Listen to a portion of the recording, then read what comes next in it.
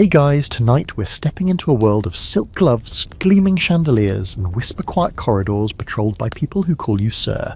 Even if you're barely old enough to shave, this is not your world. At least not yet.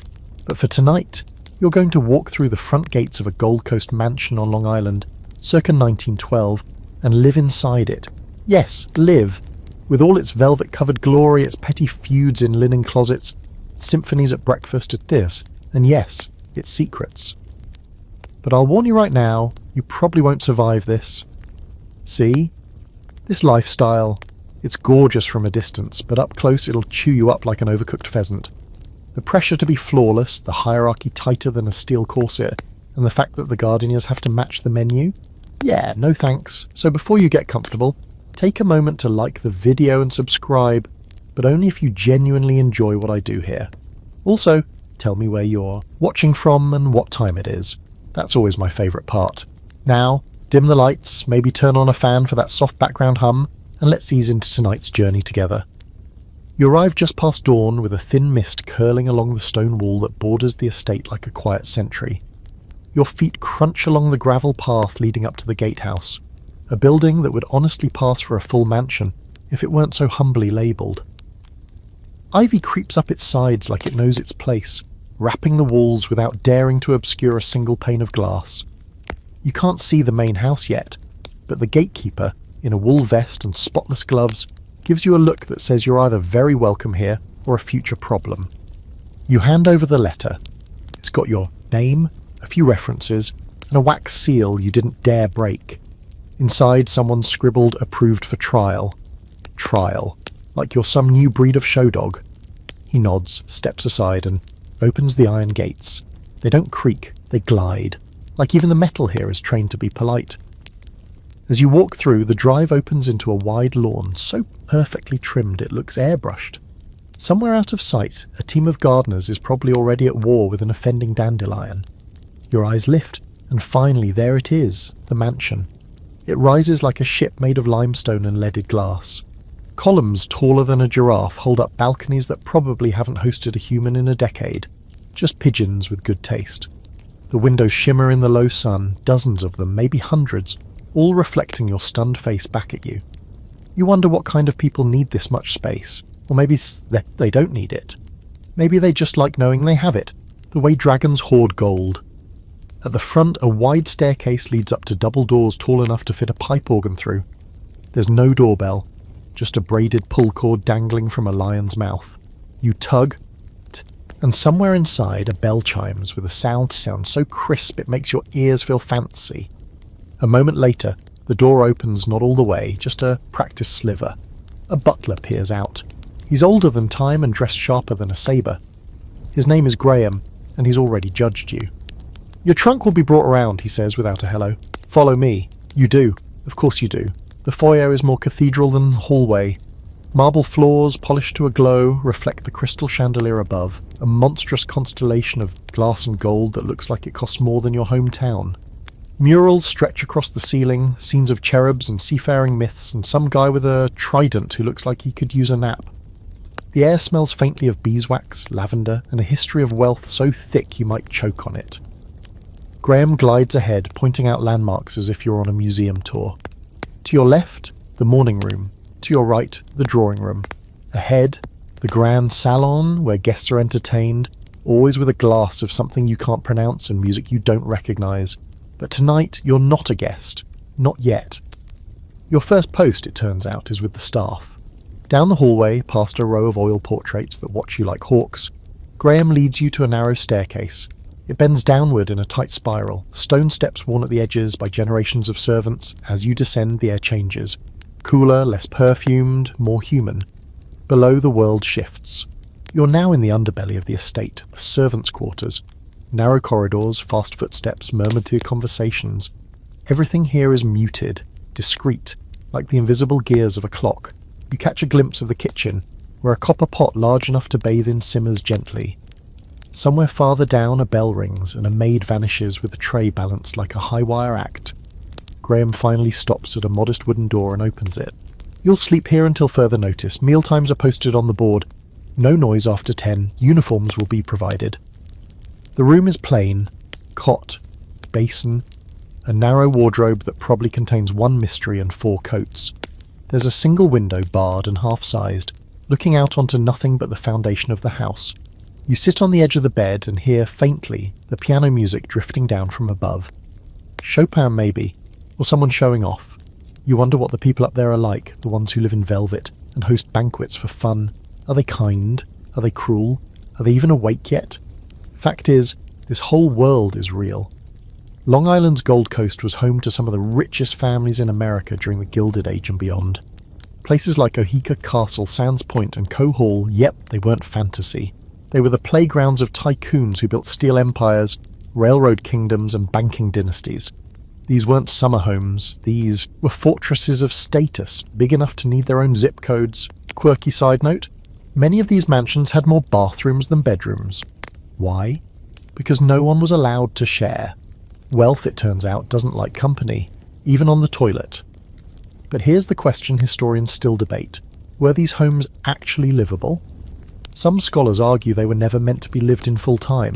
They were symbols, palaces of perception more than function. Others insist the families did indeed live out every day here, hosting operas in their parlours and growing exotic fruit in glass-roofed conservatories. Either way, you're in now. Part of it. The mansion breathes around you, a living, humming organism of wood, stone and whispered instructions, and if you're lucky or clever, you just might climb the staircase back into the light. You don't sleep much that first night, not because the cot is uncomfortable, though it's a far cry from the feather mattresses you've glimpsed through cracked open doors upstairs, but because your mind won't settle.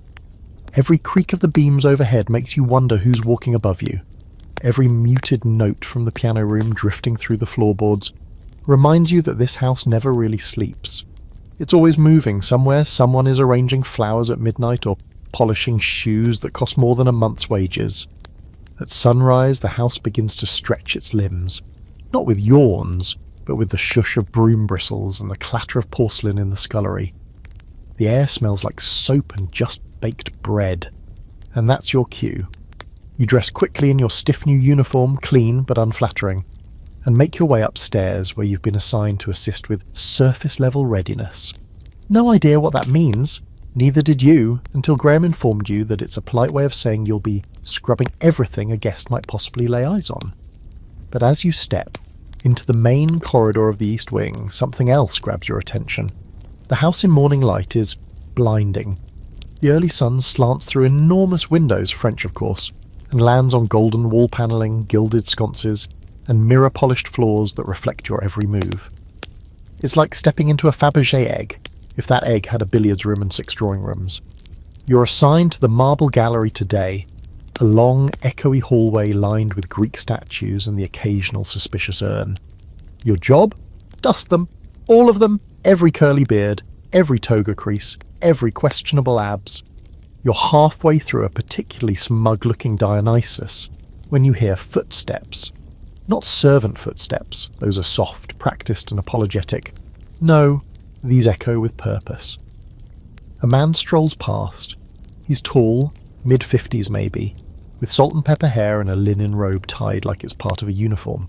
He doesn't look at you, not quite, but you feel the flicker of his gaze as he passes, as if noting your posture, your presence, and possibly your worth. That, you assume, is the master of the house. And just like that, you realise you're not in a museum. You're in his house, his taste, his rules, his money greased into every gold leaf and velvet rope.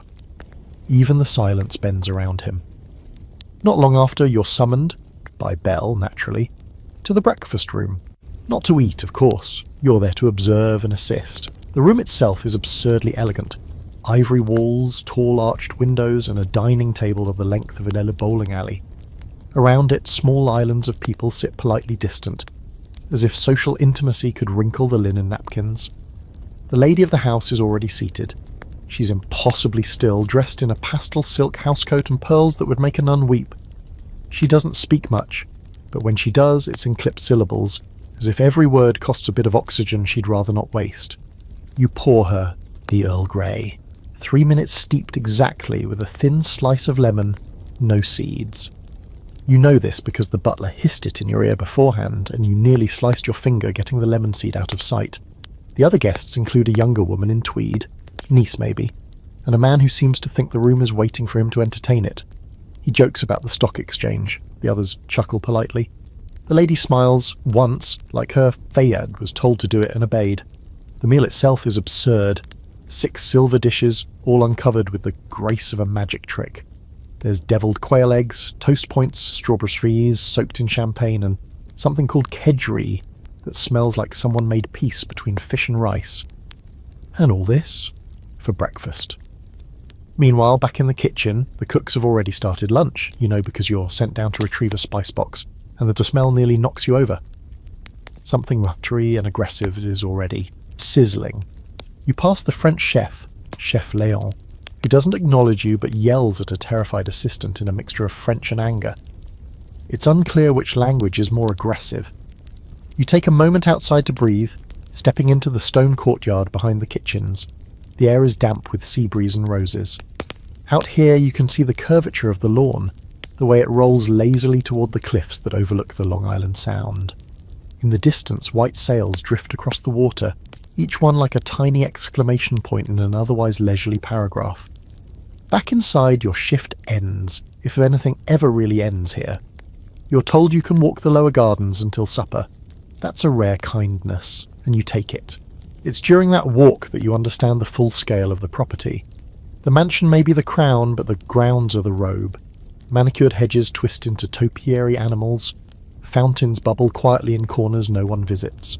There's a rose arbour, a peony grove, and what looks like a medieval stone folly built for no reason other than aesthetics. You find a shaded bench and sit, hearing only birdsong and the occasional distant bark from the hunting dog's kennel. For a moment, it's paradise, but let's pause here for a bit of historical grounding. By the early 20th century, Long Island's Gold Coast had become a glittering outpost for America's new aristocracy. Captains of industry, Carnegies, Guggenheims, Morgans, erected colossal estates here to escape Manhattan's filth and flaunt their staggering wealth. Their cottages were modelled on European palaces, complete with ballrooms, libraries, conservatories and imported Italian fountains. Breakfast rooms weren't just places to eat, they were architectural declarations of superiority. Here's a fun fringe vagabond fact. Some estates had breakfast carriages, literal horse-drawn carts that brought pastries and hot tea from the main kitchen to wherever the family decided to dine that morning, because, of course, walking across your own mansion is so exhausting. As for debate, historians still argue whether these lavish rituals were truly embraced by the elite, or a performance for guests and rivals. Some letters and journals suggest the owners grew weary of the constant spectacle, craving privacy they couldn't afford in a world obsessed with social standing. Others seem to thrive on the theatricality, orchestrating every meal like a Broadway opening. But you're just trying to remember how many minutes to steep the lady's tea, and whether it's appropriate to breathe when she's in the room. You rise from the bench as the dinner bell echoes faintly across the grounds. The sun is slipping low, casting the mansion in warm amber light. It glows like a jewel, impossibly large and completely unaware of your small presence. But that's fine. You're not here to be noticed. Not yet. The first thing you learn about life below stairs is that silence is currency. The second thing is that everyone is listening. You might think the servants' quarters are a tucked-away, quiet part of the mansion, separate from all the grandness upstairs. And technically, yes, they are buried in the basement levels, painted in dull whites and grim beiges, with narrow halls and ceilings just low enough to remind you where you stand. But these corridors hum with activity and secrets louder than any chandelier-lit gala could ever compete with. Your world now revolves around shifts, bells and routines as precise as the Swiss watch. You're given a small clipboard, handmade naturally, listing your duties and zones of access. You can't go past the blue sitting room unless summoned. You may never knock on the master suite, and under no circumstances are you allowed on the third floor, reserved for private family chambers and apparently a parrot with a filthy vocabulary. Your fellow staff members have already sorted you into a category. Not friend, not rival, not yet. Just new. You're the wild card in the deck. They're watching to see if you fold. You share a hallway with 6 others. Maids, a valet, a footman, and a mysterious woman named Mrs. Penwick, who doesn't actually seem to do anything but somehow still commands the entire linen room like a queen on a throne of folded sheets. She's the one who tells you, with just enough condescension to feel like education, not to leave your shoes in the corridor unless you want them repurposed by rats or worse, the laundry boy. Meals for staff are served in the servants' hall, which is less a hall and more of a long, windowless room that smells of cabbage and damp wool. You take your spot at the end of the table, beneath a framed motto that reads, "Dignity in Duty." The cook's assistant, a girl with calloused hands and a face always dusted with flour, slides you a plate and doesn't look up. Stew. Again. Conversations ripple. Around you, hushed but sharp. Someone's in trouble for over-polishing the silver. Someone else was caught reading the mistress's newspaper before it had been ironed. Yes, they iron the newspapers. Wrinkles apparently are unspeakable even on newsprint. But the chatter quiets as Graham enters. He doesn't sit. He just surveys like a hawk in pinstripes and gives the tiniest nod of approval when he sees you eating quietly. It's the first compliment you've had in days. Graham is more than a butler. He's the general of this floating army. While the family lives in a world of French pastries and baccarat crystal, Graham manages the trenches. He knows where every doorknob came from, who polished the family silver last, and how many seconds it takes for the upstairs bell to ring twice after the Duke drops his napkin. Nothing escapes him. You suspect he even knows how many hairs are in your hairbrush. That night, you get your first real assignment, assisting during a dinner party. You're not plating or pouring, that's above your pay grade, but you'll be shadowing the main footman, Randall, who walks like he's balancing a coin on his head and addresses everyone, including you, as if they're in a Shakespeare play. "Steady hands, quiet feet," he says, not unkindly. "And if you drop the silver, look apologetic, but never surprised." The staff assembles in a narrow hallway behind the dining room wall. You can hear everything. The tinkle of laughter, the clink of forks. You peek through the side door as Randall delivers a tray, and you glimpse the guests, one woman with a feathered hat so large it could legally be a bird sanctuary, a man with a monocle who actually uses it, and the master of the house holding court with the easy arrogance of someone who owns several yachts he never sails. You're sent to fetch a missing cigar box. It's kept in the study, a room you've never seen, let alone entered. Randall gives you the key, and you're near. Instructions are exact. In, out, no lingering. The study is tucked behind a concealed door off the main hall. You find it by pressing a small brass acorn embedded in the wainscoting. The panel swings open soundlessly, and suddenly you're in the most intimate room of the house. It smells like leather, wood smoke, and power. Books line the walls, many first editions. There's a globe the size of a child open on the Pacific, a bearskin rug that probably has its own passport. The cigar box sits precisely where Randall said it would be, on the desk, next to a small velvet pouch filled with uncut sapphires. You pause for half a second, not because you're tempted, but because this feels like a test. Then you leave. Later that night, in the servants' quarters, Randall gives you a tiny nod. Didn't linger. Good.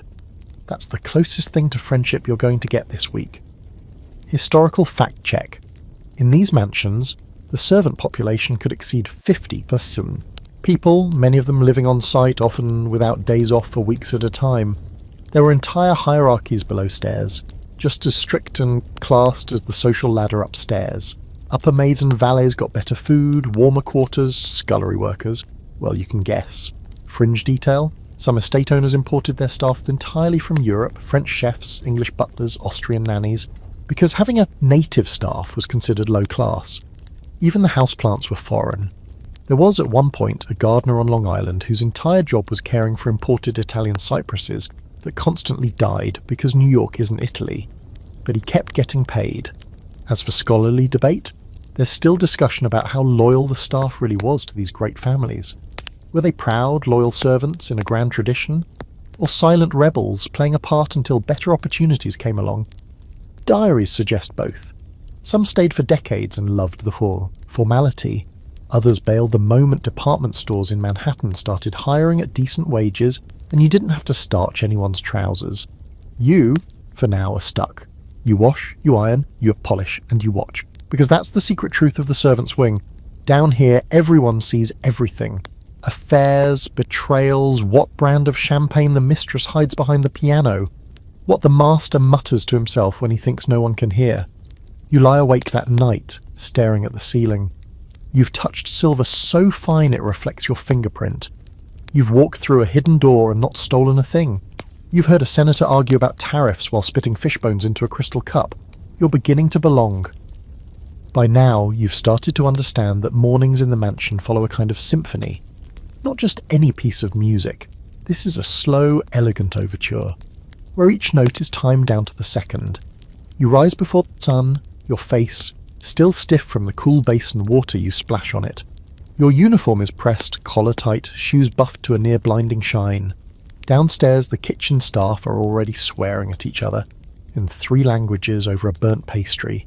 And upstairs, the day is about to begin, and you'll have a front row seat to how the fabulously wealthy wake up. Your assignment today is simple enough, or so you're told. Assist the valet team during the family's morning routine. This means you won't just be fetching towels or folding silk dressing gowns. You'll be in close proximity to the rituals of elegance, witnessing firsthand what it takes to look casually perfect for a morning walk through one's own gardens. The master's valet, Hobson, is a man who speaks in grunts and measures time in watch ticks. He leads you into the dressing room adjacent to the master bedroom, a space so pristine and masculine it feels like you're inside a whiskey ad. Dark wood panels, leather, chairs, shoehorns made of ivory, a collection of cufflinks displayed like royal medals. On the vanity, a row of fine brushes, each labelled with its function: scalp, beard, collar, hat. Your job is to assist with wardrobe prep. Hobson explains the morning outfit will likely be casual formal, which is to say no cravat, but definitely spats. You carefully lay out a pale grey suit, pressed linen shirt, polished Oxfords and gloves. Not because it's cold, but because gloves signal refinement even while pruning roses. Then there's the shaving ritual. The master uses a badger hair brush and a silver straight razor passed down from a great-uncle who once duelled in Belgium. He doesn't shave himself, of course, that's Hobson's job, but the precision is ridiculous. A warm towel, exact temperature. A lather whipped in a delicate porcelain bowl with a miniature painting of St. George on it. You're assigned to hold the bowl and later to apply cologne to the masters. Temples, yes, temples, because apparently that's what keeps migraines at bay when reading the morning financials. While this is happening, the mistress's side of the house awakens in an entirely different kind of theatre. You catch glimpses through open doors and mirrored hallways, maids laying out gowns on fainting couches, brushing wigs and hairpieces on an elaborate stands, arranging cosmetics in neat military precision. There's a whole room for perfume, seriously, an actual fragrance room with gilded atomizers and velvet trays. The air smells like lilacs and money. The lady of the house requires 3 maids for her morning toilette, one to brush her hair, one to steam her silk dressing gown, and one to read aloud from the society pages so she doesn't have to strain her eyes. Her Pekingese dog, Lord Fluffington, yes, really, sits on a satin pillow and occasionally barks at nothing with great moral conviction. You're not allowed into the boudoir, but one of the housemaids gives you the rundown during tea break. Apparently the lady bathes not once but twice in the morning. First in hot water infused with milk and crushed mint, then a cold rinse to tighten the skin. She believes in alternating temperatures the way some people believe in religion. The breakfast wardrobe is less about comfort and more about subtle domination. Today it's a pale blue day dress with ivory buttons and a pearl-studded belt that took 20 minutes to fasten. By the time she descends the staircase, she doesn't walk so much as glide. You see it yourself from your post in the vestibule. She doesn't smile, but the corners of her mouth lift a 1/4 inch when the master compliments her appearance. That's basically a love letter in this household. After the family eats, there's the post-breakfast exhale, where things loosen ever so slightly. The master reads the Times, freshly ironed of course, while the lady dictates letters to her personal secretary, a man who always looks like he's 5 seconds from fleeing the country. You're assigned to clean the morning rooms. One of them, a pale green salon used for informal visits, has a harp no one plays and a collection of rare butterflies pinned under glass. You dust around them carefully, aware that each wing probably costs more than a month's salary. In the corner of the room, a maid hums quietly as she polishes a bronze wall sconce. You recognise the tune, something classical but with a strange twist. She notices your confusion. It's a Hungarian lullaby, she says softly. The lady heard it once in Vienna and said it soothed her nerves. So we play it here, every morning. Soothing, sure, but a bit eerie too. You begin to suspect everything in this house is curated. Not just for appearances, but to control emotion itself. The sounds, the scents, the routines. Every detail choreographed to sustain the illusion of effortless beauty. Time for a little history. In the Gilded Age, an early 20th century, the upper crust of Long Island society lived by these rigid morning rituals. Wealth wasn't just something you had, it was something you performed. That meant spotless gloves, servants who appeared and disappeared like stagehands, and meals that began with fruit forks and ended with hand towels dipped in rosewater. Here's a delightfully bizarre fringe detail. Many Gold Coast families had personal bath attendants, not for cleaning, but for temperature verification. These men and women would test bathwater with silver thermometers and adjust it to the exact degree specified by the household's health advisor, who was often just a paid hypochondriac with a monocle. And the scholarly debate? Some argue that these routines were nothing more than elaborate coping mechanisms, rituals to fill time and maintain control in a world built on inherited money and vague paranoia. Others think the families genuinely believed in the moral discipline of routine, as if perfectly starched shirts and 9:15 walks through the parterre gardens kept chaos at bay. Either way, you're now part of that dance. A cog in the grand machine of morning perfection. As the afternoon creeps in, the energy shifts again. You're rotated out of wardrobe assistance and sent to the conservatory to help prepare it for an afternoon guest. Someone important, apparently. You pause to look out through the arched windows, watching as a gardener in crisp khaki trims a hedge with almost religious focus. Behind him, the sea glimmers beneath a perfect blue sky. Everything here is orchestrated, even the view. Later, back in your room, you carefully unbutton your uniform and hang it on the lone hook by the door. Your feet ache. Your fingers are raw from handling silver polish and lace trims, but your mind is still humming with everything you saw, the rituals, the luxury, the absurd precision of it all. And the strangest thing? You kind of liked it. You meet her by accident, as most powerful people are met, without warning and entirely on her terms. You're dusting the piano in the rose-coloured salon, your motions slow and careful when the double doors swing open like a curtain call. In glides the lady of the house, not in full social armour this time, but something softer, an ivory blouse with pearl buttons, skirt the colour of champagne, and her hair pinned back just loosely enough to say, "I'm still in control, I just don't need to prove it right now." She doesn't see you at first, or maybe she does and pretends not to. Either way, you're suddenly very aware of your posture and the fact that you're holding a feather duster, like a toddler with a turkey leg.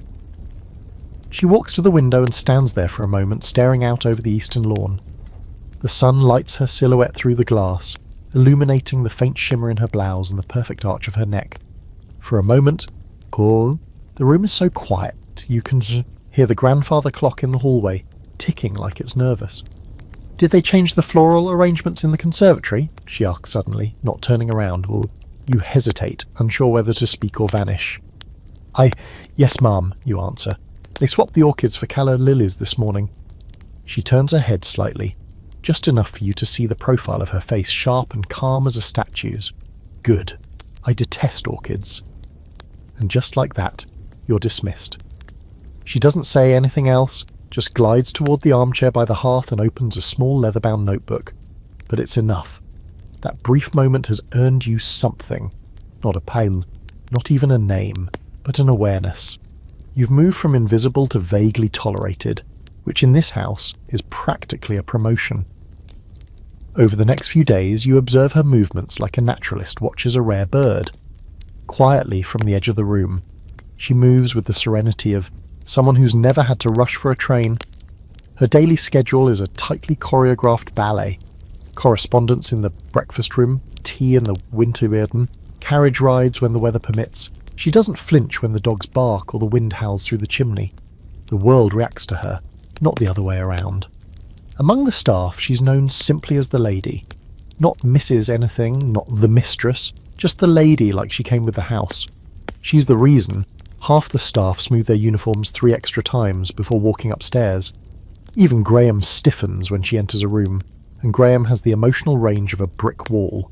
But she's not cruel. In fact, she rarely raises her voice. Her power lies not in what she says, but in the silences she creates. That one moment of stillness after she enters the dining room. That's not hesitation. That's everyone calibrating themselves to her presence. You watch as maids lower their eyes just slightly as the younger footmen straighten their shoulders. She doesn't demand authority, she assumes it. And that, you're learning, is more effective than shouting. You get a better glimpse of her inner world when you're asked to deliver a parcel to her private sitting room. It's a small sun-drenched space at the rear of the house, away from the public grandeur. Here, the furniture is more comfortable, the painting's more personal. Family portraits, not the grand oil kind, but quiet sketches, line the walls. There's a photograph of 2 young boys on a yacht, and another of a man standing beside a vintage car, his hand resting casually on the wheel.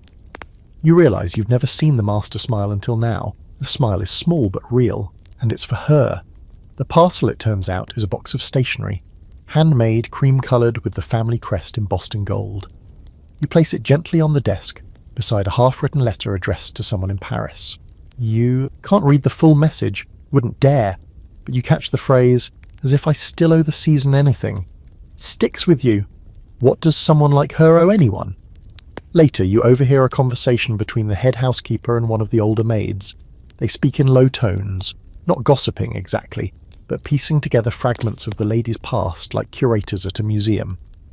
Born into shipping wealth, married into banking, educated into Europe, speaks fluent French and Italian. Once refused to sit beside a senator at a dinner because he'd made a joke about suffrage. Rumour has it she turned down a title from some minor European royal because he wore cologne like a debutante. She hosts salons on Sundays, not the hair kind, the philosophy kind, where writers, musicians and bored aristocrats gather to discuss ideas. One time she hosted a lecture on ancient Persian poetry in the music room, and insisted it be accompanied by harp and citrus sorbet. That's the kind of woman she is. Now, time for your historical footnote. Women like the lady, aristocratic, educated, outwardly composed, were central to the social machinery of the Gold Coast. They ran the social calendars, the guest lists, the charitable endeavours. Their power was informal but formidable. While their husbands were off closing deals or playing polo, these women curated entire realities. But here's a strange, wonderful fact. Many of these women wrote secret diaries, not just about the gowns and garden parties, but about existential dread, their dreams of independence, and the quiet war between societal expectations and personal desires. Some of these journals have only recently been found, tucked in attic trunks or sewn into upholstery. The debate among historians, whether these women were truly content with their roles or trapped by them. Some argue they wielded more influence than history gives them credit for, hosting gatherings that shaped policy, funding, early feminist causes behind closed doors. Others say they were gilded prisoners, locked in routines that polished them into museum pieces. Maybe both are true. Back in the sitting room, you straighten the chair she just vacated, the cushion still warm from her presence. You smooth the edge of the desk and adjust the vase of lilies, not orchids. She's already moved on to her next engagement, likely a tea with the woman from the neighbouring estate who insists on bringing her own jam, because American fruit lacks character. You walk slowly back through the hallways, past the oil portraits and mirrored sconces, and think about how much of the house is shaped by her taste, her mood even. She's the pulse of the place. If she's happy, the chandeliers sparkle. If she's not, the soup arrives lukewarm and no one knows why. That night, back in your small room, you replay the moment she looked out the window and asked you that simple question. Not what's your name, not why are you here, just a comment about flowers, but also a test. And you passed. You're beginning to understand that in this house power wears silk gloves, and sometimes it asks you about lilies. The study is off limits. You've been told this more than once in different tones by different people. Graham says it plainly, like it's carved into stone. Hobson mutters it under his breath whenever he catches you even glancing in that direction. Even the housemaids won't linger in the hallway that leads to it. They clean around the door but never touch the brass handle. The message is clear. This is the master's domain, sacred ground, and not your business. So naturally, you can't stop thinking about it. You've only been inside once during that quick retrieval of the cigar box, but it left a strange imprint on your memory. The air in that room is different, thicker, heavier, like the molecules themselves have more status. You remember the scent, cologne and tobacco, and a whiff of lemon oil from the polished wood. And the silence. Not an absence of sound, but the kind of silence that's waiting to say something important, just as soon as you're smart enough to listen. Today you get your second invitation, though invitation might be a stretch. You're summoned. Graham appears while you're rolling the silverware for lunch and says simply, "The master requires assistance in the study. Do not speak unless spoken to." Then he hands you a small tray, a decanter of whiskey, 2 glasses, a bowl of almonds. You carry it like it's made of nitroglycerin. The hallway leading to the study feels colder than usual, as if the house knows you're about to cross a line. You reach the door, inhale once, and knock, 2 light taps. A pause, then his voice, low, deliberate, like a cello in an empty concert hall. "Come." You enter. The study is bathed in afternoon light, muted by dark velvet drapes pulled halfway closed. Books line every wall, some stacked, 2 rows deep, their spines worn and gold-leafed. A massive desk dominates the centre of the room, its surface an organised chaos of papers, fountain pens, maps, and what appears to be a chessboard with a half-finished game. The master stands by the fireplace, one hand in his pocket, the other holding a sheet of parchment. He doesn't look up as you enter. "Set it there," he says, motioning vaguely toward a side table. You place the tray down, trying not to rattle the glasses, and step back, unsure whether to leave or wait. He folds the parchment with care and finally turns to you. His eyes are sharp, not unkind but deeply calculating, like he's assessing not just your appearance but your thoughts, your ambitions, your usefulness. "You're the new one," he says, not a question. "Yes, sir." "Where are you from?" You tell him the truth. A small town upstate, not much to it. A train station and a bakery, both probably still run by your cousin. He nods, almost thoughtfully. "You have good posture," he says. "That's rare in people who weren't born to it." You don't know what to say to that, so you don't say anything. He walks to the tray, pours himself a whiskey, and gestures, an almost imperceptible flick of his hand. You step forward, pour the second glass, and offer it. He takes it, nods once, and says, "You may go," and just like that, the moment is over. Back downstairs, you're greeted with a wall of silent curiosity. Randall raises one eyebrow. The scullery maid eyes you like you've just returned from outer space. Even Graham gives you a look that says, "Interesting." Not expected, but interesting. You've entered a new tier of trust, though no one will say it out loud. That night, one of the older footmen, Thomas, invites you to share a late cup of tea in the servants' break room. He rarely speaks to new staff, but tonight he leans close and whispers, "You've been to the study, haven't you?" You nod. He smiles grimly. He doesn't summon many, only those he sees potential in or those he wants to keep close. You ask if that's good. He shrugs. Depends if you prefer being invisible. The study, you learn, is more than just a private room. It's where the true machinery of the estate runs. Deals are struck there, ledgers examined, letters written in code. During the war, meaning the First War, the master used it to organise shipments of steel overseas. Rumour has it there's a safe built into the floor containing bearer bonds, a list of influential names, and maybe, just maybe, the deed to a private island. Historical time out, studies in Gold Coast mansions weren't simply dens or libraries. They were command centres. The industrialists who built these homes often ran businesses from their estates, and their studies reflected that. Hand-carved desks, imported rugs, globe bars, secret compartments. Every piece of furniture had a story and a purpose. Here's a strange but true fringe fact. Some Gold Coast studies were outfitted with communication systems years ahead of their time. Private telegraph lines, concealed telephones, even early intercom systems. One mansion reportedly had a pneumatic tube system connecting the study to the kitchen. Orders could be fired off like bank deposits. As for the scholarly debate, there's contention over how much control these masters really wielded. Some say the study was a symbolic heart, more for show than substance. Others argue it was the nerve centre of empire. In reality, it was probably both. A place to be seen and unseen, making decisions that would ripple through banks, newspapers, and political circles. Back in your quarters, you lie awake thinking not about what you saw in the study, but what you felt. That strange, weighty calm. That quiet invitation to be part of something larger. You replay his voice, his gaze, that slight nod when you didn't spill the whiskey. You don't know what he sees in you. Usefulness, loyalty, maybe just someone too new to be cynical yet. But whatever it is, it's pulled you closer to the centre of the house. You're no longer just observing the engine, you're touching the controls. And now, every time you pass that hallway, you feel it.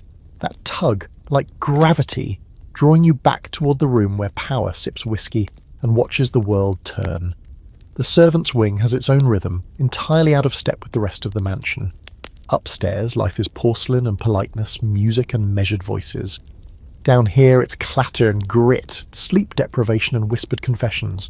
You could spend months living beneath the marble floors and never once be acknowledged by the people dining above you. That's the deal. You're not a guest. You're part of the machinery, quiet, replaceable, and expected to be grateful for it. Your room is small. Calling it a room is generous. It's more of a cell with delusions of grandeur. One narrow bed, one wobbly chair, and a warped dresser that makes a sound like a dying whale when you open the middle drawer. A single square window peers out into a sunken courtyard filled with coal bins and the faint smell of onions from the scullery vent. There's no artwork, unless you count the faded patch of wallpaper shaped vaguely like a duck. But the walls are thick, and the noises, laughter, arguments, snores bounce through them like they're trying to find a better life somewhere else. It's in these walls that the real stories live. Down here, you're surrounded by an ecosystem of specialists. There's the cook's assistant, who can peel a potato in 4 seconds flat and has the forearms of a lumberjack. There's the second footman, who spends his days carrying trays and his nights practicing opera in the wine cellar. There's the laundry maid who reads penny romances during her breaks and has somehow managed to learn French just from eavesdropping on the mistress's lessons. Everyone's got a pass, and everyone has something to prove. Titles like butler or lady's maid might sound tidy, but they hide oceans of ambition and quiet war. The real hierarchy isn't written down anywhere. You have to feel it. The difference between who eats first at staff supper, who gets called in when a glove goes missing, who's allowed to speak during tea service, and who better stay silent unless they want to be replaced with someone who knows how to fold a napkin into a swan without looking like they're trying too hard. You're learning fast. You speak only when needed, move quietly and listen constantly. Randall, who once barely acknowledged you, now gives you a slight nod when you pass him on the stairs. Mrs. Penwick even let you borrow a better collar stiffener after your original one gave up and folded in the middle of breakfast service. These aren't friendships. They're alliances, earned in silence, kept in routine. Then there's mealtime, a ritual of its own kind. The staff eat together in shifts depending on the day's duties. The earlier shift gets warm food. The later one gets what's left and hopes it's not just bones and gristle. You sit on the lower end of the table, among the newer hires and those who haven't quite climbed the invisible ladder. The cook doesn't waste seasoning on the lower ranks. You chew your greyish meat and lumpy potatoes with the kind of concentration that hopes to avoid conversation, but still you catch fragments, gossip, warnings, and the occasional myth. "Did you hear?" whispers the scullery maid. "The gardener says he saw lights in the west wing again, the one that's locked." "The one with the old nursery," someone else asks, eyes wide. "They say no one goes in there. Not since a cough from the footman shuts that down."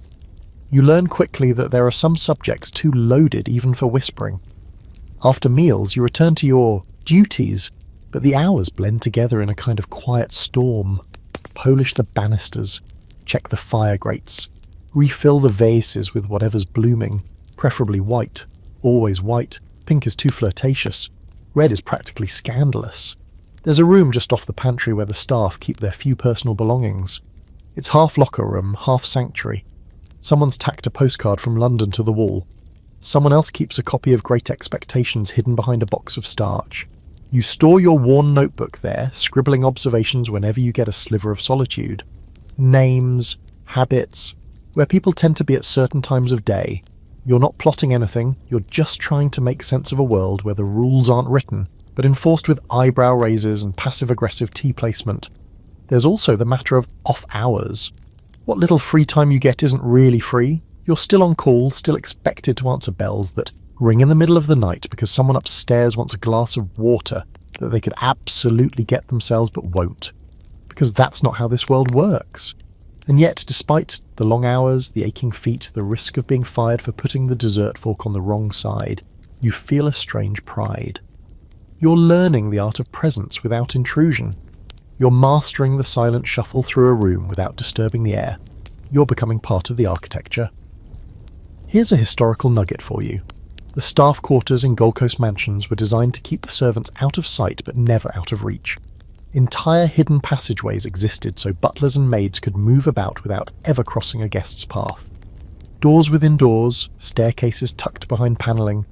Some estates even had staff-only gardens, because heaven forbid a gardener be seen sweating in the same rosebush that guests might stroll past during cocktails.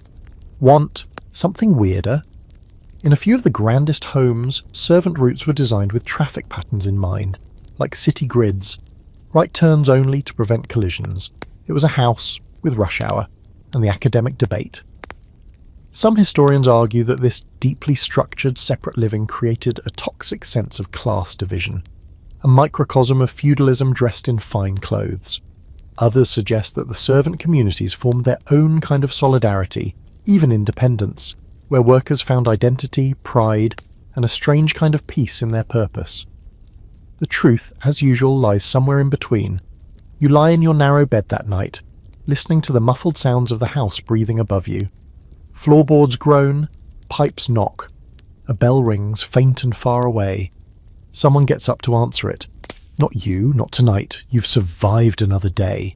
Maybe even done more than survive. You've started to carve a space for yourself, not upstairs, not in the grand rooms with crystal chandeliers, but here in the undercurrent of the house. Among the ones who make it all work, invisible and essential. And tomorrow, you'll do it all again. You're awoken just after dawn by a knock. Not the usual bell or Graham's disembodied voice, but a real physical knock, sharp and direct. Outside your door stands Randall, already fully dressed, white gloves in hand, hair parted so precisely it could split atoms. He doesn't wait for you to say anything. We've got a weekend party, he says. A full one, staff meeting in 10, wear your second best shoes. You'll be doing a lot of standing. And then he's gone. You sit up slowly, heart already sinking. A full one means two things: aristocrats and chaos. Guests from the city, the capital, sometimes even Europe, drifting in with monocles, exotic pets, and mysterious food allergies. They bring luggage, servants of their own, expectations sharp enough to draw blood. This isn't your average dinner, a party. This is war, wrapped in tulle and delivered with crystal flutes of champagne. In the servants' hall, the staff are already buzzing like a swarm of bees that know the Queen is watching. Graham stands at the head of the long table, reading from a clipboard thick enough to be considered literature. Names are rattled off. Mrs. Elizabeth Worthington Chase, widowed, Tudor, never eats anything brown. Mr. Addison Crane III requires a lemon slice with every beverage. Lady Helena Worth, English, possibly titled Flirts with Staff, do not engage. A minor European prince whose name no one can pronounce and who once ordered an entire parlour repainted because the curtains felt like surrender. The guest list is longer than usual, the stakes higher. These aren't just visitors, they're our currency. Friendships forged in this house can lead to investments, political favours, marriages. Every smile is strategy, every compliment a negotiation. You'll be on the front lines, ferrying champagne flutes like they're diplomatic documents. Your assignment is crucial and naturally a bit terrifying. You're on rotation between the East Vestibule and the Green Dining Room, assisting with guest arrivals, luggage sorting and post-dinner service. You'll be expected to recognise names, retrieve items on command and vanish when no longer needed. And vanish you do. The guests start arriving just after 3, each carriage and automobile more dramatic than the last. The gravel drive becomes a theatre of wealth. You stand stiffly near the door, observing as fur coats, veils and walking sticks parade through the foyer like it's a catwalk made of polished stone. One woman enters carrying a greyhound in a silk coat. Another trails a cloud of violet perfume so thick it nearly knocks you unconscious. An elderly gentleman winks at you as he removes his gloves, placing them in the palm of your hand with the flourish of someone handing over a royal seal. By early, mid, or evening, the house is full. You can feel it in the air, every room breathing just a little faster. Upstairs, music begins to drift from the grand salon. A small orchestra, 4 strings and a piano, plays something just slow enough to suggest elegance, just lively enough to suggest money. You're posted in the green dining room when the real action starts. It's a jewel box of a space, with pale jade walls, gold leaf trim, and an impossibly long table dressed in lace and crystal. You help lay out the final course, delicate pastries shaped like swans, tiny fruit tarts topped with spun sugar. The desserts look like they'd file a lawsuit if you tried to eat them. The conversation above you is light and brittle. You hear snippets, art auctions in Paris, someone's latest yacht purchase, a scandal involving a duke and a pianist. Details redacted, naturally. Lady Helena mentions she once dined with the King of Spain, but forgets which king exactly. Your role is to blend, present. The tray, refill the glass, keep your eyes down and your ears open. One guest, a man with a diamond tie-pin, an attitude like he invented oxygen, complains that his wine is too sun-kissed. You nod respectfully and fetch a new bottle, chilled to the exact temperature Graham insists is the apology vintage. Later, the guests retire to the drawing room for brandy and conversation, and you're allowed a brief break. You slip outside into the garden, where the moon glows faintly behind a veil of clouds. Somewhere down the path you hear laughter. Someone slipped away for a secret tryst, or maybe just a cigarette without an audience. The quiet outside is a blessing, even if it's temporary. The party is far from over. Inside, the orchestra swells again. A string quartet moves to the ballroom. Dancing begins. Not wild, chaotic dancing, nothing so gauche. This is a curated waltz, each step practiced, each touch brief and deliberate. You watch from the corner of the corridor, unnoticed, until you're summoned back to the main floor. Now comes the part where people start needing things. Wraps, fans, smelling salts, yes really, and slippers because someone's shoes are biting. You race from guest rooms to closets, balancing demands like an overworked concierge in a palace built by the terminally dramatic. You're in the corridor outside the master suite when you see something unusual. The European prince, whose name still escapes you, is whispering something to Lady Helena. She laughs, tosses her gloved hand in mock shock and walks away, hips swaying like a metronome. The prince watches her go, then adjusts his cufflinks with an odd little smirk. You store that image away. For what reason, you don't yet know. Quick historical sidebar. These weekend parties were common on the Gold Coast during the early 20th century, especially among families looking to solidify their place in the social food chain. Guest lists were curated with surgical precision. There were rules about who could be invited together. No rival bankers at the same table, no unwed debutantes next to married counts. Even seating arrangements were pre-approved by the mistress, who studied social maps the way generals study battlefields. Here's a delightfully absurd fringe fact. One estate actually hired a handwriting expert to address invitations because the family believed beautiful penmanship conveyed stronger wealth energy. They fired the first calligrapher for insufficiently aristocratic loops. As for the scholarly debate, some historians argue that these parties were less about leisure and more about maintaining a controlled public image. The cost of these weekends, servants' overtime, imported food, rented musicians, was often staggering. Some families plunged into quiet debt just to keep up appearances. Others, however, genuinely enjoyed the theatre of it all, seeing the rituals as a performance of power. Either way, these events were as much about survival as they were about luxury. Back inside, the night winds down. Guests begin retiring to their chambers, the music fading into soft piano notes. You help extinguish candles in the hallways, careful not to let wax drip onto the antique carpet. Randall passes you with a tray of half-empty brandy snifters and gives you a look of weary approval. It's the most emotion you've seen from him all day. By the time you reach your room, your feet are sore, your back aches, and your shirt collar feels like a noose. But you're alive. You made it through the first night of the weekend party, and you didn't drop a single tray. Tomorrow it all starts again. breakfast in bed for half the guests, brunch on the terrace, a picnic if the weather holds. Someone will demand lemon for their tea, someone else will swear they requested gooseberry jam and accuse the maid of treason when she brings raspberry. You'll be there for all of it, because this is the gold here. Coast. And luxury never sleeps. Mornings after a society party don't start with hangovers. Not up here. They start with breakfast trays of poached eggs no one eats, tea steeped to aristocratic precision, and the scent of imported roses that have somehow already wilted despite arriving just yesterday.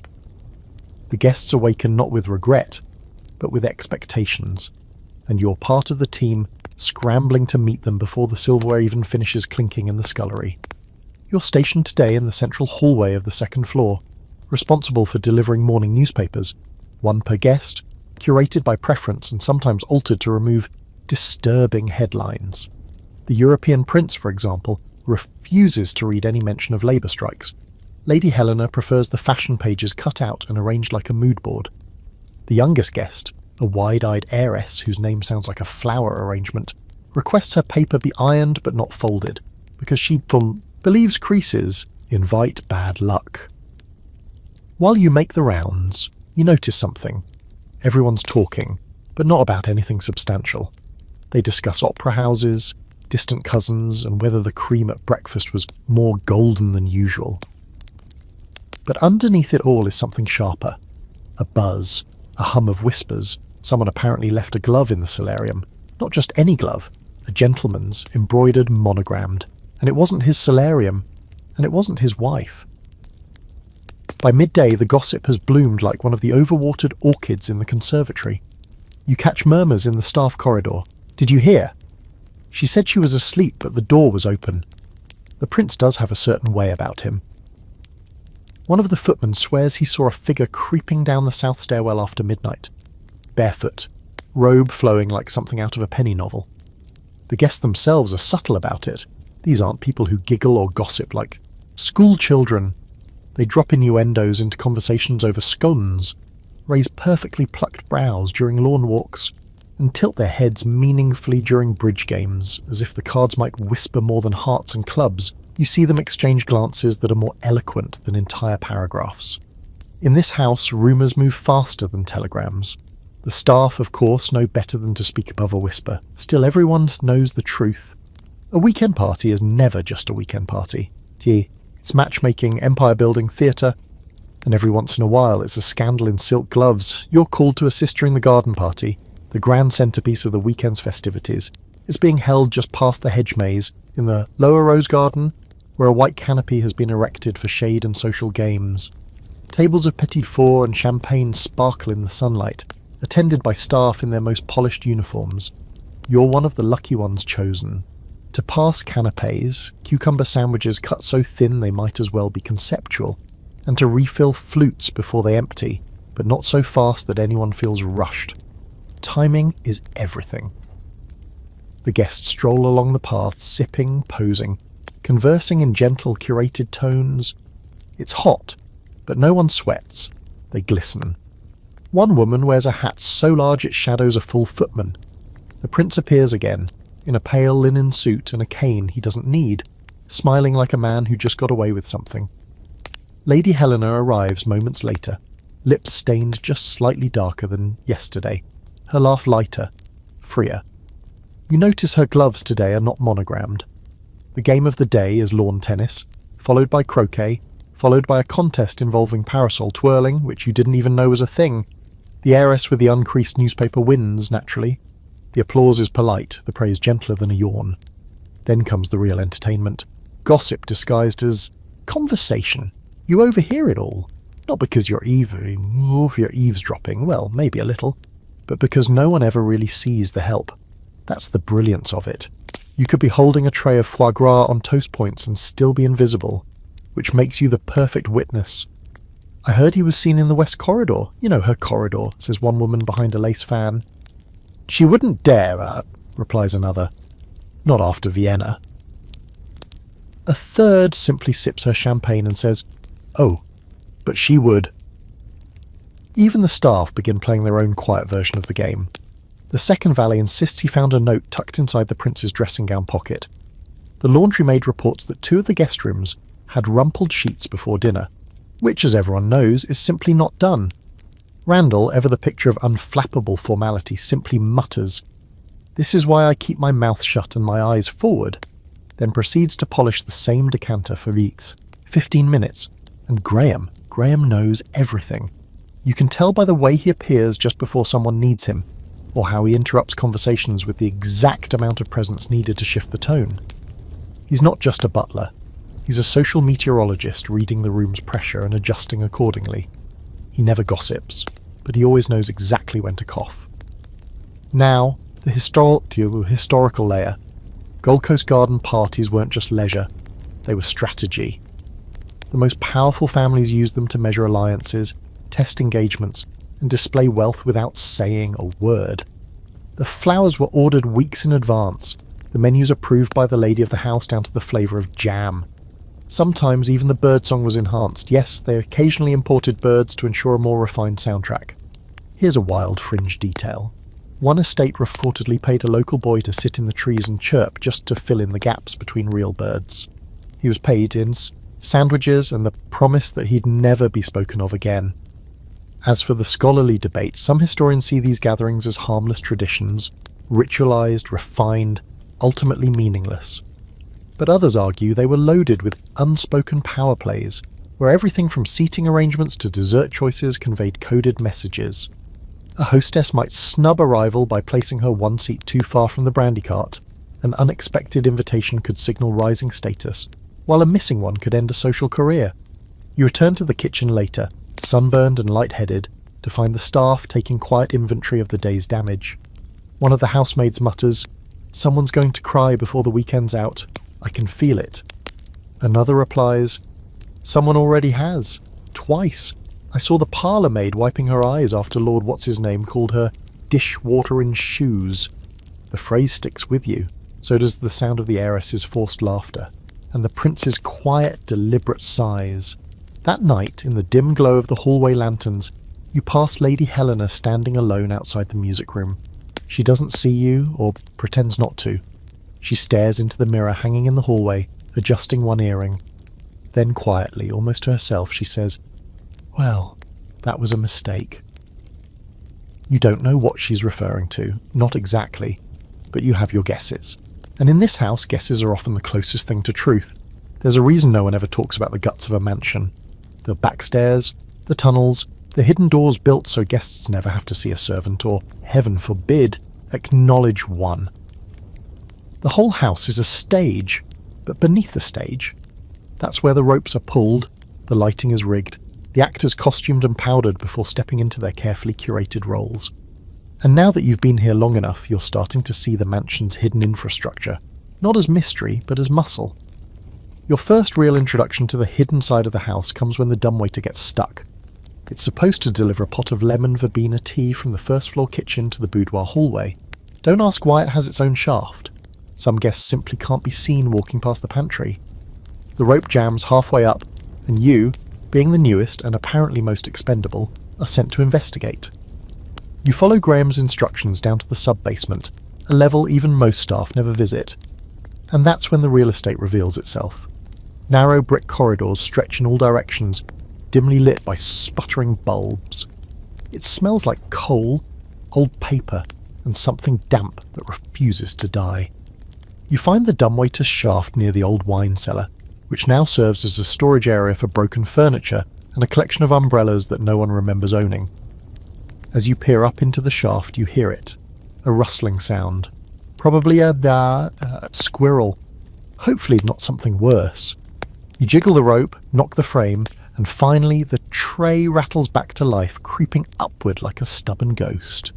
You feel absurdly proud for fixing it, until Graham appears behind you like a vengeful shadow and says, 10 minutes too slow? Still, the excursion earns you something unexpected. Access. Graham, seeing you survive the sub-basement without crying or setting something on fire, begins assigning you minor duties in the hidden routes. There are dozens of them, narrow staircases tucked behind walls, servants' hallways that run parallel to the grand corridors above, and even crawl spaces with padded floors, designed so you can sneak past a guest suite without being heard. You learn how to bypass the library via a spiral staircase no one remembers existing. You learn the green parlour has a side door disguised as a bookcase, and you learn that the master suite has a second entrance. That's not on any blueprint. You've seen. You begin to move differently through the house, quietly, fluidly, like you belong in the shadows. You startle fewer people now. Guests assume you're a fixture. Staff stop reminding you of protocol. You've become part of the mansion's bloodstream, and that bloodstream runs fast during events. On the third night of the party, there's a musical recital in the ballroom.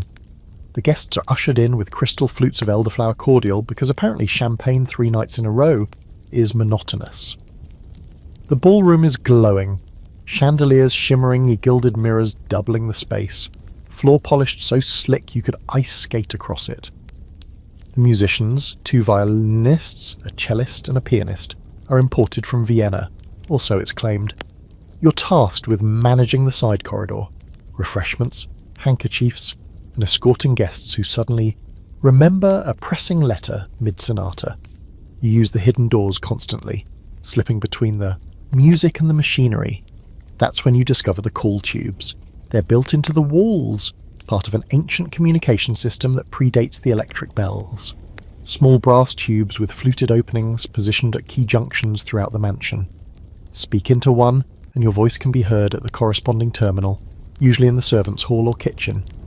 Most have fallen out of use, replaced by buzzers and bells, but some still work. Curious, you test one. Tea needed in conservatory, you whisper. A few minutes later, you hear movement from the kitchen below. It's like commanding a ghost army. You use it once more, this time to report that Lady Helena has misplaced her wrap. Again. And it works. The wrap arrives, the lady purrs her thanks, and you vanish back into the walls. The house, you realise, is not just big, it's alive, and it listens. For context, many Gold Coast mansions had the elaborate internal systems designed to keep the illusion of effortlessness alive. There were speaking tubes, signal bells coded by pitch, hidden call buttons, and entire mechanical systems for raising and lowering chandeliers. Some even had underground tunnels connecting outbuildings, so stable boys and kitchen staff could move between areas without disrupting the guests' sightlines. Out of sight, out of mind. Here's a particularly odd fringe detail. One estate reportedly had a maid lift, a dumbwaiter large enough to carry a person, used by the mistress's personal maid to travel from dressing room to boudoir without using the stairs. It was padded in velvet. Of course it was. And the scholarly debate? Some see these hidden systems as pure ingenuity, marvels of design and architectural foresight. Others point out how deeply they reflect the class divide, the need to build entire networks to make sure the wealthy never had to look at the people who made their lives possible. The mansion becomes a metaphor, a beautiful mask, with hidden muscles twitching beneath. Back on the main floor, the music winds down. The guests clap politely, then head toward the drawing room for liqueurs and mild flirtation. You use the passage behind the parlour to shortcut to the kitchen and back, passing through a section of the house you have never explored before. It's darker here, the paint older, the air mustier. You pause at a small wooden door slightly ajar. Inside is a narrow storage room, mostly linens, but on the wall, scratched faintly into the plaster, are initials, dozens of them, names, dates, some in looping script, others crude and blocky. One reads, Marion, 1897, stayed until the snow. Another says, J. Turner, mile 14, never returned from town. You run your fingers over them. This is the real legacy of the mansion, not the oil paintings or Italian marble, but the people who lived in its shadows, who served, vanished, and left their names behind as proof they were here. Later that night, you lie awake in your narrow bed, listening to the hush of the house settling around you. Somewhere a floorboard creaks. Somewhere else a bell rings, faint, urgent. You hear someone rise to answer it. Not you, not this time. You close your eyes and imagine the walls, the stairs, the tubes, the hidden doors.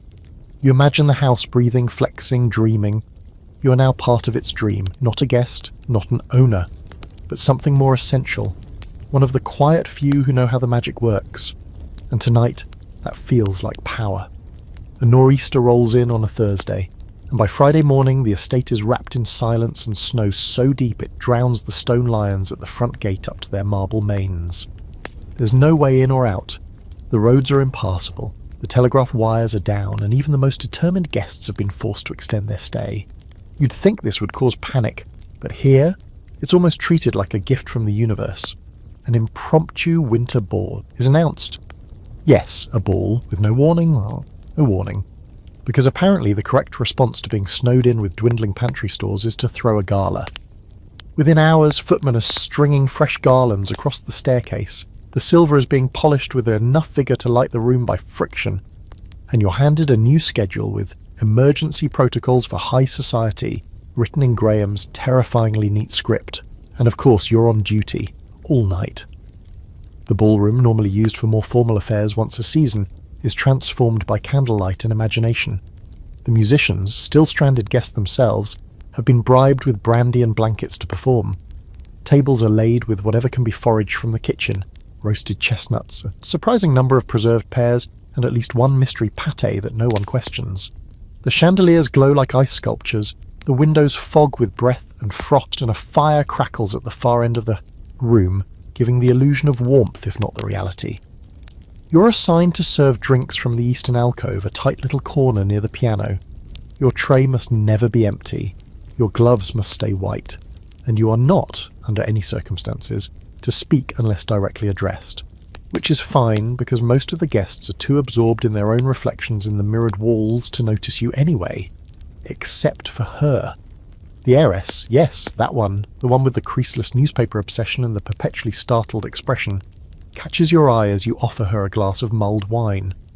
She doesn't speak, but she tilts her head slightly, like she's seeing you for the first time, not as furniture, not as part of the wall, as a person. It lasts less than a second, but still, noted. The dancing begins slowly. Waltzes played in slow, sweeping arcs that feel like snow falling in time.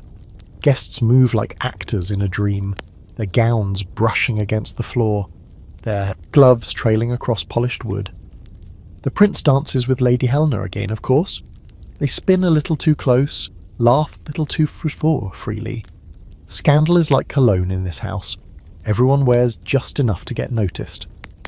One of the housemaids, stationed at the cloakroom, swears she saw two men sneak off into the conservatory holding hands. Another maid insists she heard a duel being scheduled over brandy and a misunderstanding about someone's cousin. Meanwhile, Graham circulates like a ghost in formal wear, ensuring that every tray is full, every curtain symmetrical, every social landmine skillfully avoided. But it's not all drama. Some of it is genuine joy, or at least something close. You see it in the way the guests relax their shoulders when the storm howls against the windows, in the way they sip cider and pretend the world has paused just for them. There's a strange kind of freedom that comes with being trapped among crystal and wood smoke. And then the music stops, the power flickers, a collective breath is held, and darkness falls, swallowing the room like a velvet curtain. For a full 5 seconds there is absolute silence. No one moves, no one speaks. Then someone laughs, candles are relit, lamps are trimmed, and somehow, impossibly, the party continues, quieter now, but warmer. The guests, stripped of their usual distractions, become more human. You see them truly talk to one another. No posturing, no pretense, just tired eyes and stories whispered under the flicker of flame. A man confesses he's terrified of horses. A woman admits she's never read Shakespeare. Someone else claims to have seen a ghost in the music room, though they might just be trying to get out of dancing. You're called to help pass around blankets and more mulled wine, and as you do, something strange happens. A guest, an older gentleman with the eyebrows like hedges and a voice like gravel, asks for your name. You blink. "Pardon, sir?" "Your name," he repeats. "You've been moving like clockwork all night. What's your name?" You give it to him, cautiously. He nods, smiles faintly, and murmurs, "Reminds me of a man I served with in France, had a similar walk." And that's it. He returns to his conversation, but you feel different now, recognised, not just seen but registered. For a moment, your name exists in this room the same way theirs do. Historical fact! Snowstorms on the Gold Coast weren't rare, but power outages in houses of this size could become full-blown operations. Many mansions had backup systems, generators, stockpiles of candles, even saw oil lamps with monogrammed chimneys. One estate reportedly kept a ball box in storage, an emergency cache of party supplies, gowns and sheet music, for situations exactly like this one. Because being snowed in didn't mean skipping the performance. It meant improvising with style. Fringe fact, some elite families had what they called a social emergency plan. It included pre-written conversation topics, fallback games that required no electricity, and, in one case, a ranking system for which guests would be offered. The guest rooms first if the snow lasted longer than 3 days. The rest encouraged to enjoy the rustic atmosphere of the library floor. Translation: find a couch and make it work. The debate among historians? Some believe these moments, snow-ins, sudden blackouts, unplanned recitals, revealed the cracks in the social armour.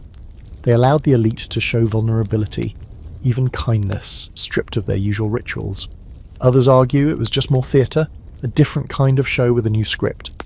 Guests could play simple and unfussy for a night, then return to being terrors by breakfast.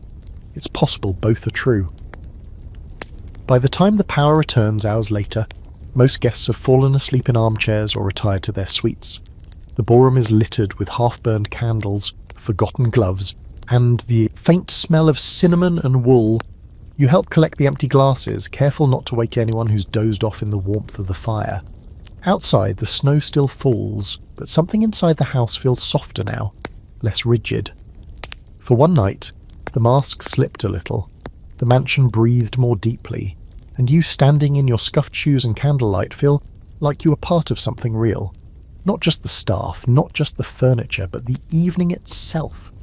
You walk back to your room, candle in hand, snowlight in your eyes, and think, if the world outside never thaws, maybe that wouldn't be such a bad thing. The greenhouse is off limits, not in a formal posted sign kind of way, but in the quiet, unspoken language of the staff. You just don't go there unless you're told. It's kept locked most days, key hung beside the back pantry like a forgotten trinket. Only the head gardener and occasionally the mistress herself ever request access. But after the snowstorm and the impromptu ball, the routine relaxes just slightly, like the house overfed on candlelight and mulled wine has loosened its corset. And that's how you find yourself summoned to the greenhouse one late afternoon with a request that doesn't make much sense. Fetch the winter orchid book. No one tells you who sent for it. No one explains why it's urgent. Graham simply hands you the key, fixes you with that expression that suggests either mild approval or severe disappointment. You can never quite tell, and sends you on your way. The greenhouse sits at the very edge of the estate, past the south gardens, beyond the hedge maze. Most guests don't even know it exists. It's connected to the main house by a covered walkway lined with cracked tiles and older, rougher brickwork. Like the house has a secret feral limb it doesn't talk about anymore. Inside, the air is startling. Warm, wet, and thick with the smell of earth, and something faintly sweet like overripe fruit. A fine mist hangs in the air, glowing in the late afternoon light pouring through the curved glass roof. You wipe condensation from your forehead, eyes adjusting to the tangle of green, white, and sudden bursts of colour. Orchids bloom on every surface, planted, potted, suspended from wires. Some cling to tree branches like they grew there naturally. Others dangle upside down in glass globes. It's less a greenhouse and more an indoor jungle with an art degree. You spot the book quickly enough, balanced precariously on a rusting shelf beside a bottle of flower tonic and a pair of gardening shears. But what distracts you is the noise. A laugh. Not just any laugh. Light, feminine, and unmistakably amused. You freeze. It's coming from the other side of the central palm cluster, just behind a wall of hanging vines. You creep forward, trying not to rustle the leaves, and then you see them. Lady Helena and the European prince. She's perched on a wrought iron bench, gloved hand lifted toward a rare orchid in bloom. He's leaning close, not quite touching her, but definite time not giving the flower his full attention. The air between them shimmers with implication. "You've seen this one before," she says, voice soft but laced with mischief. "Or are you just pretending to be fascinated?" "I'm fascinated by many things," he replies, brushing his thumb against her wrist under the pretense of admiring her bracelet. "Some of them are even alive." You back away before they notice you, heart pounding. You don't want to be caught. You don't want to explain why you were there, or how you became an unwilling eavesdropper, to what appears to be the next chapter in a slow-motion scandal. Later, you return the book, quietly, no questions asked, and get back to work as if nothing happened. But the greenhouse lingers in your mind, not just for the rendezvous you stumbled upon, but because the place itself is unsettling in a way the rest of the house isn't. It's too alive, too wild. Unlike the marble floors and velvet drapes, the greenhouse doesn't care about etiquette. Things grow and die in there whether you're watching or not. Later that evening, while helping polish the silverware for supper, one of the kitchen maids leans toward you and murmurs, "You hear what they found in the greenhouse last week?" You shake your head. An orchid missing, one of the rare ones, vanished. The gardener's beside himself. They think someone took it, just clipped the stem and walked off with it. You pause mid-polish. "Why would someone steal a flower?" She shrugs. "Because it's worth more than some people's salaries. Because it's rare. Or maybe just because they could." It makes sense in a strange, twisted way. Orchids like the ones in that greenhouse aren't just flowers. They're status. A well-cultivated bloom says you have time, space, and a staff to care for something completely useless. It's a flex, and stealing one? That's something else entirely, a power move, a message. The staff begins buzzing with theories. "It's the prince, all right." Someone says, "He's collecting souvenirs from all his conquests." No, it's the lady's way of punishing Helena. Passive-aggressive horticulture. "I bet it was the valet," someone whispers. "You know the one. Always looks like he's got something to hide." But no one really knows. The gardener, an older man with a limp and a fondness for talking to his plants, refuses to say which orchid was taken. "It was white," is all he mutters, "and it didn't belong to anyone." Now for your historical fix. Greenhouses or conservatories were a staple of the Gold Coast elite. Not just for growing exotic plants, but as symbols of worldliness. If your estate had a hothouse capable of sustaining tropical flora through a New York winter, that said something. It said, "I can bend nature to my will. Even the seasons obey me." These structures often contained imported palms, citrus trees, orchids, and other status plants, all carefully maintained by underpaid experts in linen shirts. Here's the fringe fact for this chapter. One Gold Coast mansion allegedly kept a single Madagascan orchid alive for 12 years, only to have it die the week the family filed for bankruptcy. The gardener claimed the plant knew the estate was finished. Superstition or symbolism. Either way, the story stuck. As for scholarly debates, there's an ongoing one about whether conservatories were genuine spaces of botanical curiosity or just lavish accessories. Some argue that mistresses of the house often used them for real scientific study, sometimes even publishing under pseudonyms in horticultural journals. Others suggest they were little more than fashionable backdrops for gossip and stolen kisses. If you're being honest, after what you saw today, it's probably both. That night, you return to your room and lie awake, the scent of the greenhouse still clinging to your clothes. You can almost hear the misting system ticking on, feel the warm air, see the prince's fingers hovering just a breath from Helena's skin. You don't know who took the orchid. You're not even sure it matters, but you do know this. In a house as manicured and managed as this, anything that grows wild is either worshipped or destroyed.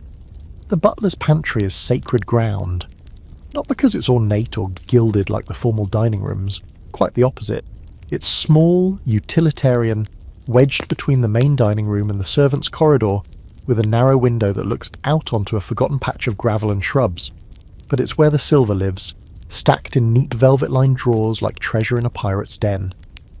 It's also where the real business of the house happens once the guests have retreated upstairs, and the dining room falls silent except for the faint click of cooling crystal.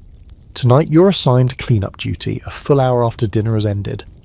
The guests have retired to the music room to listen to the heiress play something technically perfect but emotionally vacant on the Steinway, and the staff is down to its night rotation. You step into the pantry and breathe in the familiar mix of polish, lemon oil and warm starch. This is where the staff loosens their collars, literally and metaphorically. Someone always sneaks in a biscuit. Someone always starts a story somewhere. It's where gossip grows teeth. You stack the dessert forks, tiny insistent things that practically demand you hold them with your pinky out, and begin wiping down the counters when Randall enters, holding a half-empty tray of liqueur glasses like a man who's seen too much. He sets it down and sighs in a very un-Randall-like way.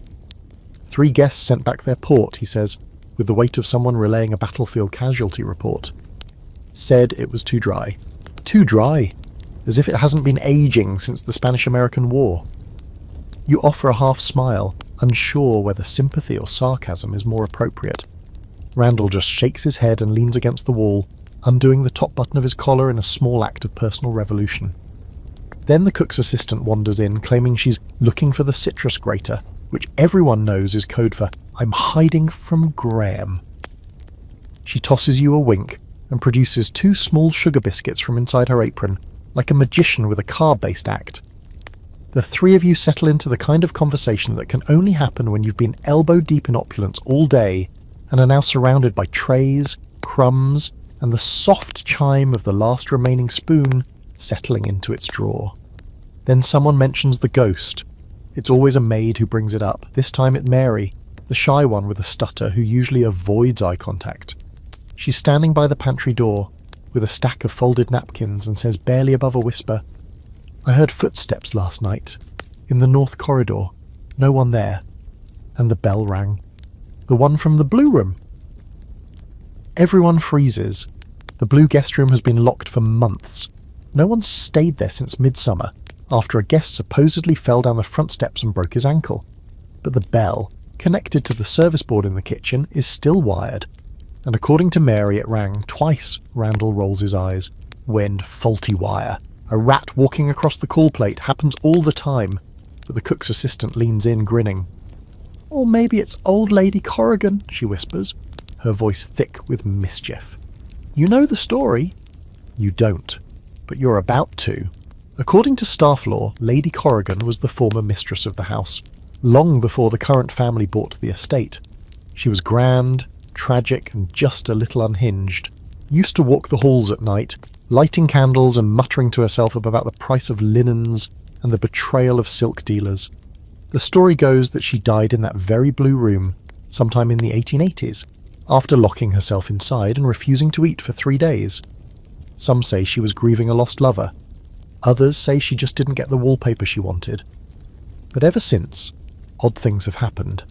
The call bell rings, curtains flutter with no breeze. The scent of violets, her signature perfume, lingers near the fireplace even in winter. Once, a maid swore she saw a figure sitting at the vanity, brushing hair that wasn't there. Randall scoffs, but there's a slight tightness around his eyes now, the kind of tightness you get when logic doesn't quite erase a memory. "Ghost or no ghost," he says, "if that bell rings again tonight, I'm not answering it." You all laugh, nervously. Later, after the pantry's been cleaned and the silver locked away, you return to your room. The hallways are quiet, the kind of stillness that wraps itself around your ankles and follows you like a pet. You walk a little faster past the blue room. The door is closed. The corridor smells normal, wood polish, wax, and the faint scent of roast beef from dinner. And then, behind you, the sound. One chime. You freeze. A second chime. The blue room's bell. You turn slowly. The corridor is empty. The light flickers once, probably just a faulty bulb, and then steadies. You want to believe it's nothing. That Randall was right. A rat, a wire, a draft. But when you step into the staff hallway, you smell it. Violets. Historical note. These ghost stories weren't just late-night entertainment. In many Gilded Age mansions, it was common for staff, especially those who lived in the house full-time, to pass around tales of hauntings. It gave them a sense of shared history, a feeling that they were part of something older, stranger, and perhaps more meaningful than simply polishing silver and fluffing pillows. Some of these stories even made it into local newspapers, sparking mild hysteria among guests. Fringe fact, one Long Island estate reportedly had a staff member whose entire job was ghost management. Not as a joke, genuinely. He was tasked with calming the nerves of guests who reported sightings, adjusting the decor to soothe restless spirits, and even lighting candles in supposedly haunted rooms to appease the energy. He was paid more than the head footman. The academic debate? Some historians argue that these ghost tales were coping mechanisms, ways for staff to process the emotional weight of serving families whose wealth came with unsettling detachment. Others suggest they were acts of rebellion. The house might belong to the rich, but the stories belonged to the staff. Ghosts were democratic. they appear to anyone. You don't sleep well that night. Every creak of the floorboards, every pop of the radiator sounds like footsteps. You keep the candle burning longer than usual. Not because you believe in ghosts, but because you're not sure you don't. There's a locked room on the second floor that no one talks about, at least not directly. It's not abandoned, not dusty, not even hidden, really. But it has the kind of presence that makes you walk a little faster when passing its door, like your body knows something your brain's too polite to say out loud. You first notice it on laundry day. You're helping deliver a set of monogrammed linens, white with blue embroidery so delicate it looks like whispers stitched into fabric. And Graham hands you a list. It includes each bedroom currently occupied, with instructions to avoid room 7 entirely. No sheets, no towels, no contact. You ask if it's empty, and Graham gives you a look that says, it's full of things you'll never understand, but curiosity is a persistent little parasite. Weeks go by and you find excuses to pass by room 7. The door is heavy, oak with a slightly warped brass knob and no nameplate. Once, you think you hear something from inside, a rhythmic tapping, like a watch being wound. Another time, you catch a glimpse through the keyhole and see nothing but velvet darkness and the faint glint of gold. Then, one morning, a surprise. Graham sends for you. He's in the master's study, sorting through a stack of ledgers and handwritten receipts. The mistress requires an inventory of the collection, he says, without looking up. Which collection, sir? He slides a ring of keys across the desk toward you. Room 7. You freeze. Take the footman with you, he adds, almost as an afterthought. And be discreet. You find Randall in the hallway, already informed, already frowning. Lucky you, he says. The jewellery inventory. Enjoy counting things that could fund a small revolution. You unlock the door.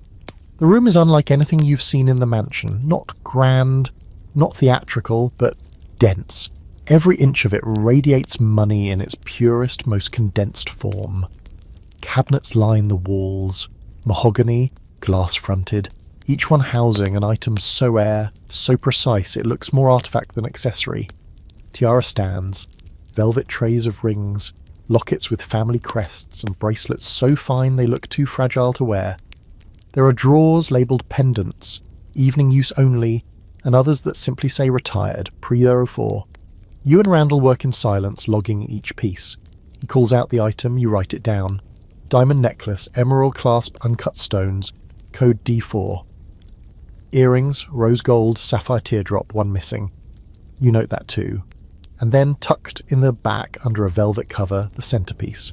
It's a tiara, not the kind made for costume balls or loaned to duchesses. This one is cold royalty. Platinum filigree, set with pearls and moonstones, the central arc rising like the crest of a frozen wave. It has weight, not just in carats, in history.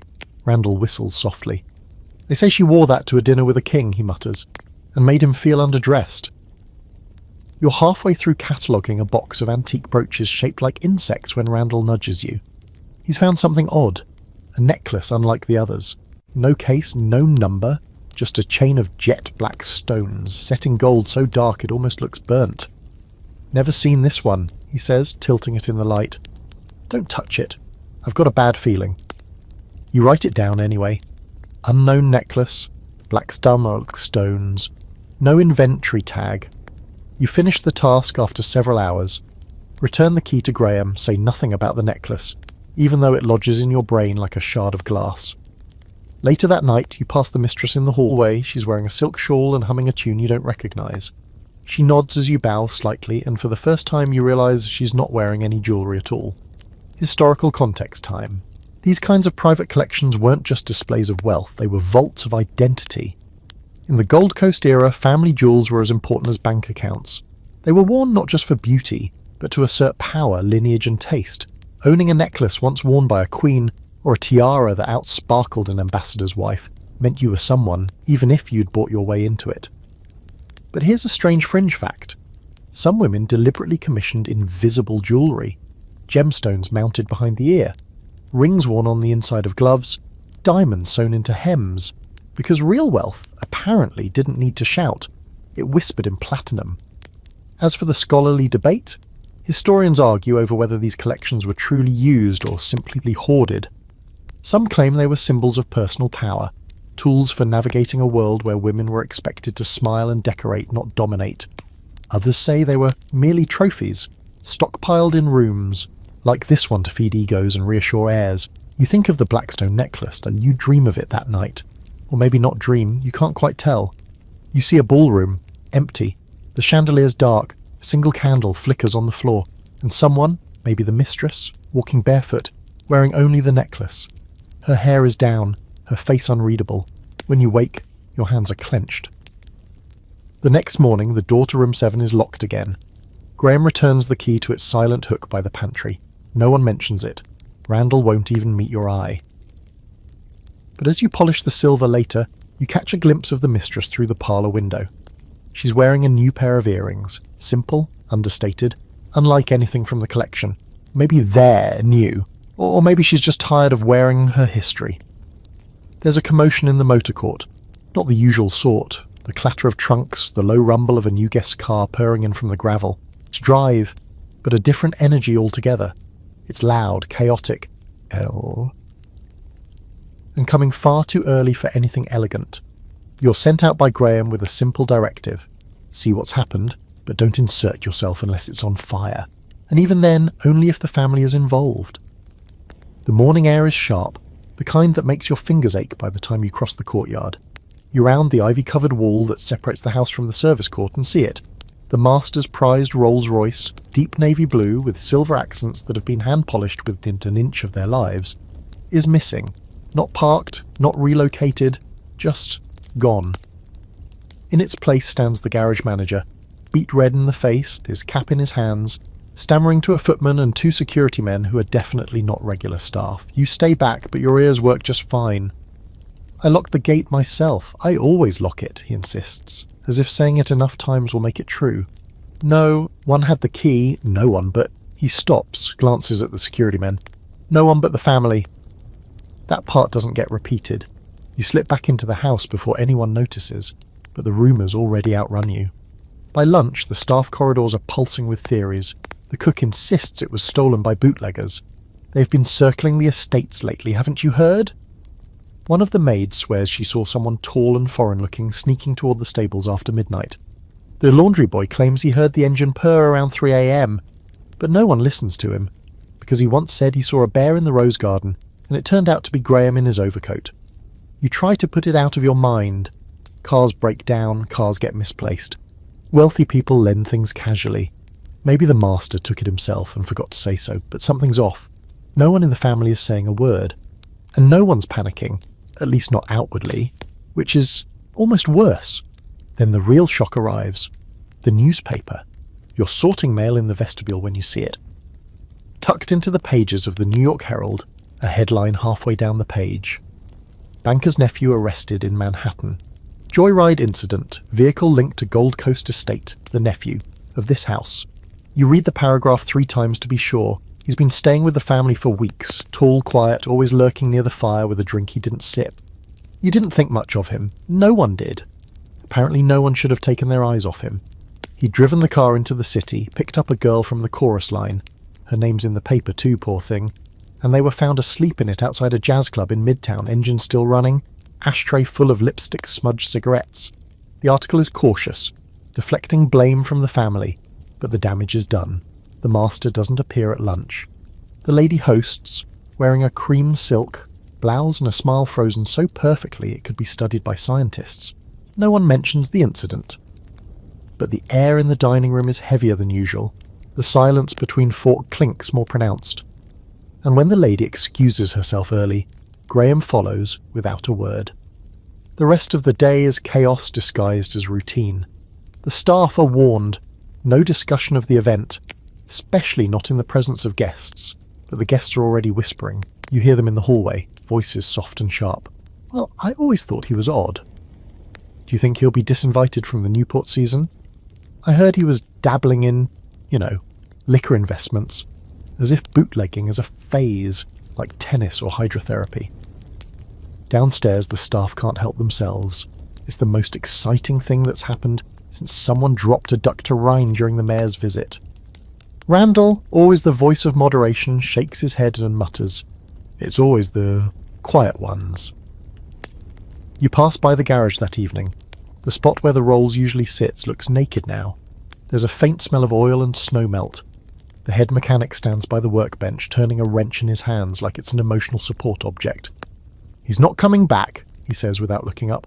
"Family's sending him west, or south, somewhere that has sun and no newspapers." You nod. That's how things are handled here. Quiet exits. No scandal, just silence. A subtle reshuffling of the family tree until the dead branches are out of view.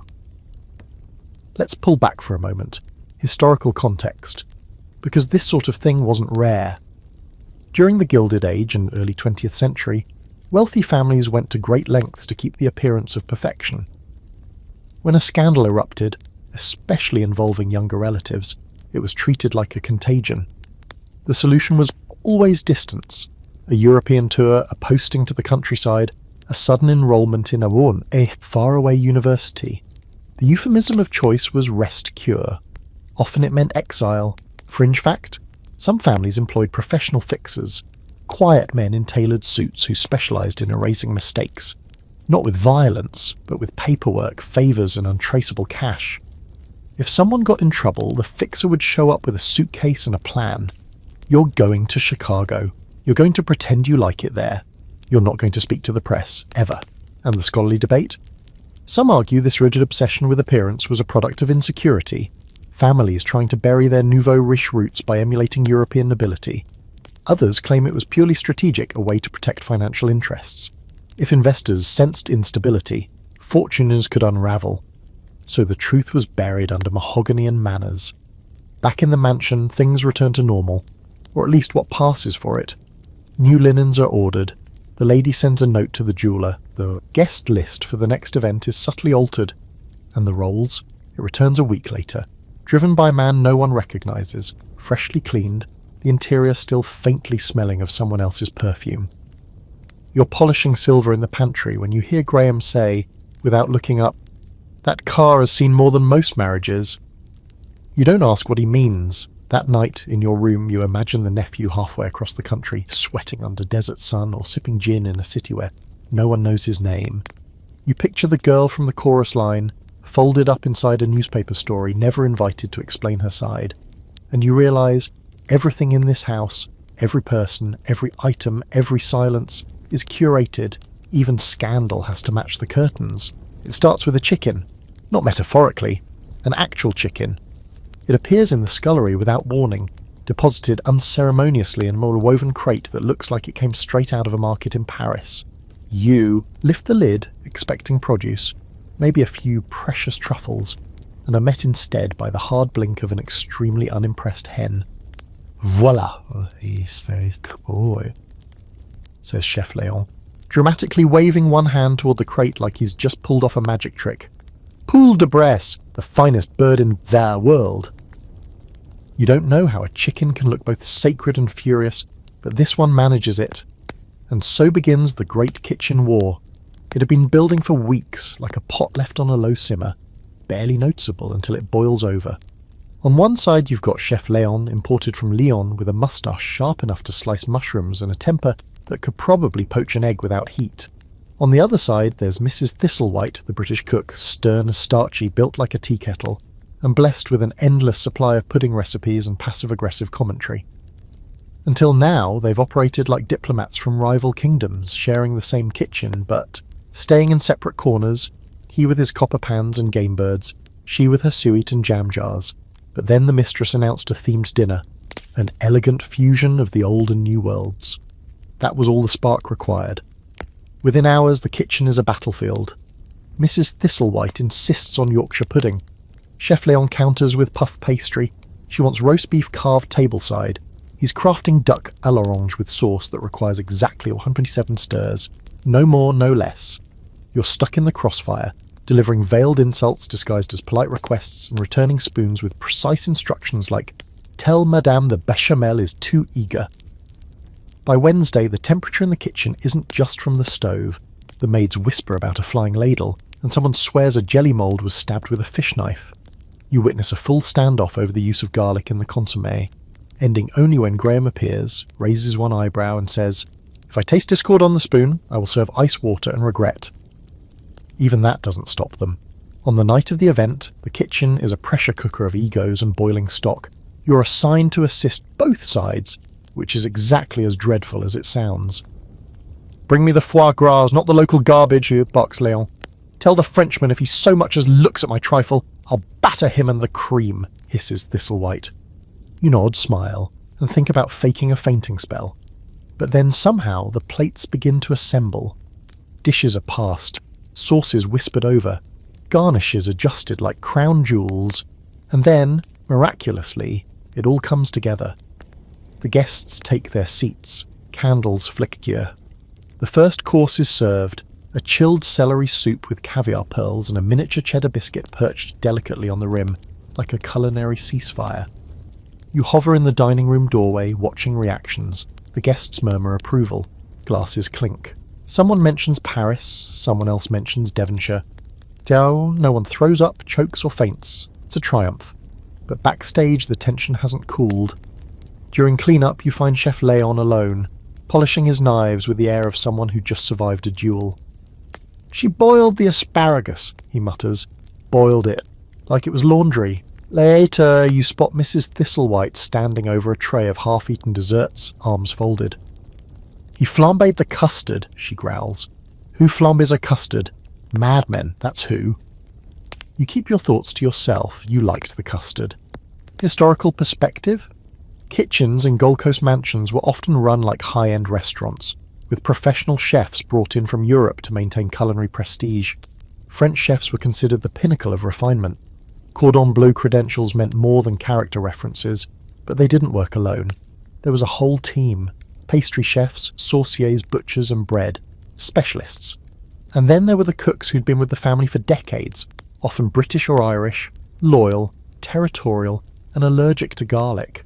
The power struggle wasn't just about food, it was class, culture, legacy. French chefs brought fashion and flair, British cooks brought tradition and dependability. The tension between them could turn a kitchen into a Cold War. Here's a delightful fringe fact. One Gold Coast estate had a diplomatic dining advisor, an actual staff member who resolved disputes between the culinary camps. Their job was to taste competing dishes and determine which aligned better with the family's curry sensibilities. Rumour has it they kept a journal called the Palate Files and were quietly feared by everyone with a saucepan. As for the scholarly debate, it centres on whether these culinary rivalries elevated domestic cuisine or simply made the work unbearable. Some historians argue the competition pushed chefs to innovate, turning mansions, kitchens into hidden laboratories. Others say it bred resentment and waste. Expensive ingredients trashed during arguments, meals recooked to appease egos, and staff driven to exhaustion by competing menus. Back in the staff hallway, Randall gives you a dry look as you relay the night's insanity. "They're still at it," you say. "I think the Frenchman's threatening to import his own poultry." Randall smirks. "I'd pay to watch that bird get through customs." You both laugh, and for a moment, the house feels lighter, till Graham walks in. "There's a second dinner tomorrow," he announces. "The guests have requested another fusion showcase." He pauses, surveying you all. "I want no broken pans, no threats of poison, and no flambé unless the dish expressly requires flame." No one speaks. Somewhere in the kitchen, a pot boils like it knows what's coming. That night, back in your room, you can still smell truffles in your hair and thyme on your hands. You dream of custards exploding, of chickens with French accents, of silver trays shivering under the weight of two culinary empires colliding. And in your dream, you're asked, is it French or is it English? You answer, yes. The music room isn't just a room, it's a mood, a statement, a fragile, gilded temple of taste. Situated just off the east corridor, framed by carved archways and windows that curve up like the edges of an open fan, it's the kind of place you don't enter so much as drift into. Everything inside is white, gold, or something between. The furniture is fragile looking, designed to be perched on, not sat in. There's a harp no one touches, a baby grand piano that's tuned weakly whether it's played or not, and a faint scent of lavender oil that clings to the air like a sigh. Your first official duty in the music room comes after the mistress decides to host a salon. Her version of a cultural revival, meant to impress her guests and remind them that refinement still matters, even if stocks are down and the newspapers are full of war rumours and crime headlines. This particular salon, she announces with the crisp delight of someone choosing cake over dinner, will be an evening of modern American sound. Everyone in the household pretends to know what that means. They nod, adjust their schedules, and Graham orders new sheet music with terrifying speed. You, meanwhile, are tasked with assisting the musical guest when he arrives, escorting him from the drive to the music room, ensuring he's comfortable, watered, and, as Graham puts it, kept from wandering. The guest in question, a jazz pianist from Harlem named Theo Lamont. He arrives not by carriage, but in a borrowed Ford with 2 cracked windows and a suitcase full of sheet music tied shut with a shoelace. He steps out wearing a weather-beaten coat and a hat with a fraying brim.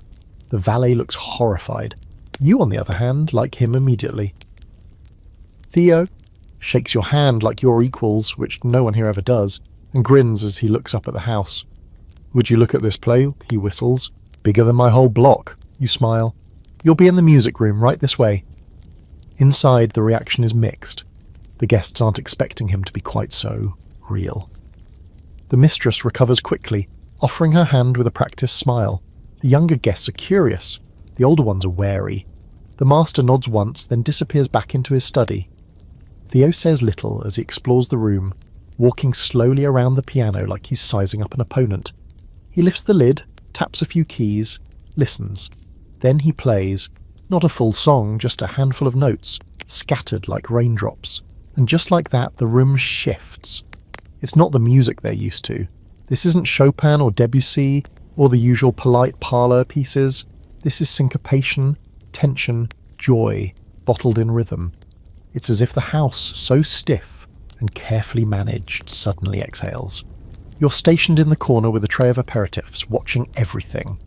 The guests sip their drinks, their expressions moving from confused to curious to charmed. Even Lady Helena seems impressed, fanning herself with more enthusiasm than usual. The heiress bites her lip like she's trying not to smile.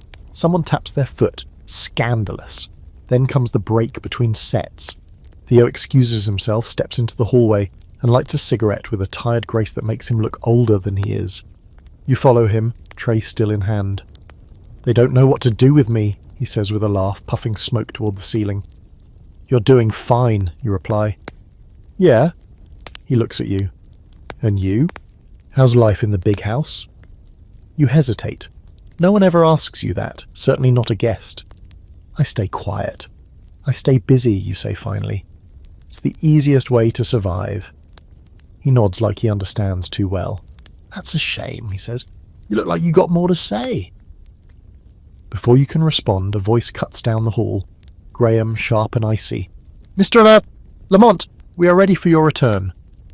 Theo stubs out the cigarette and sighs. "Back to the show," he says. "Let's give them something to talk about." And he does. The second half of the night is bolder. He plays faster, looser. One piece sounds like a dance, another like a daydream with sharp edges. The room leans in. Then, toward the end, he does something unexpected. He improvises, jazz style. He takes a theme the mistress requested and warps it gently, lovingly, until it becomes something new, something alive. Some of the guests adore it. Others look vaguely offended. The heiress whispers something to her friend, eyes wide. The master does not reappear. After the final chord fades, there's a pause, then polite applause.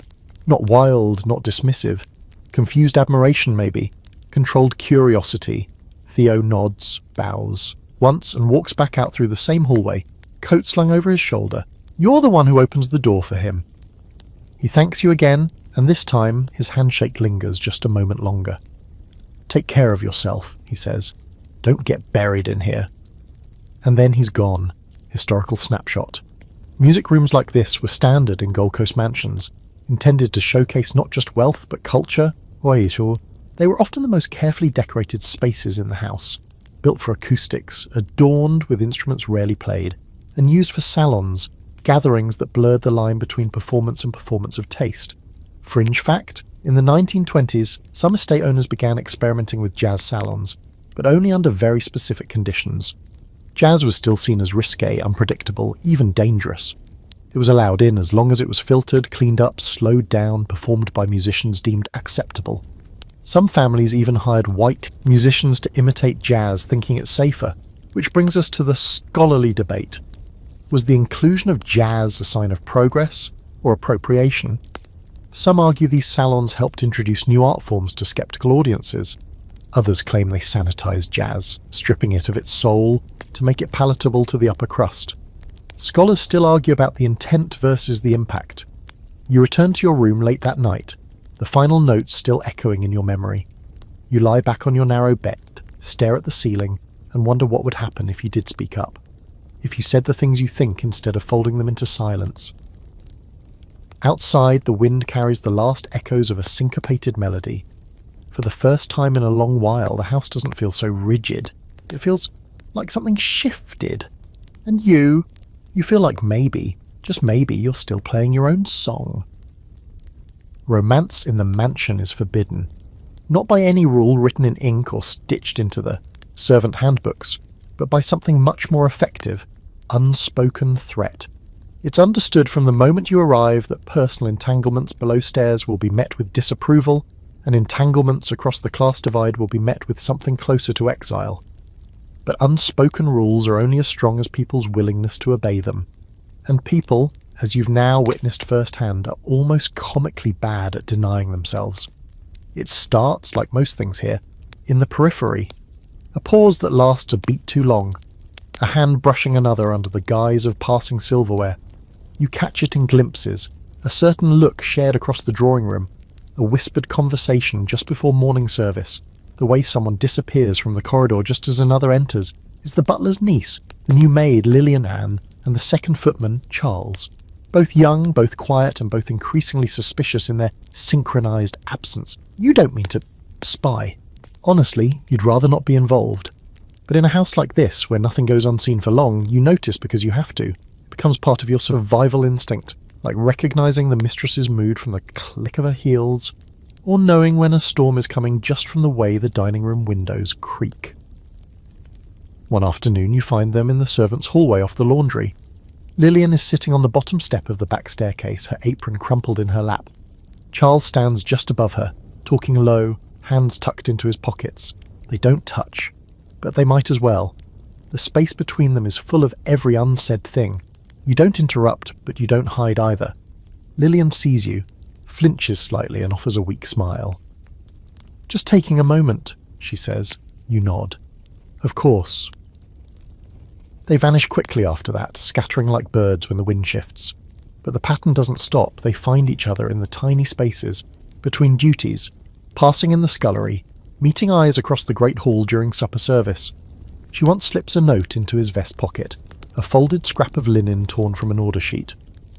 You only know because Randall fishes it out by mistake and raises one elegant eyebrow before quietly tucking it back.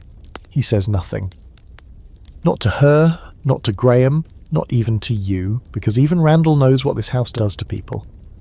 You remember a story the cook told you early on, during one of your first late-night pantry shifts. A tale about a former lady's maid and a valet who fell in love. Real love, if that kind of thing can even survive here. They planned to run away together.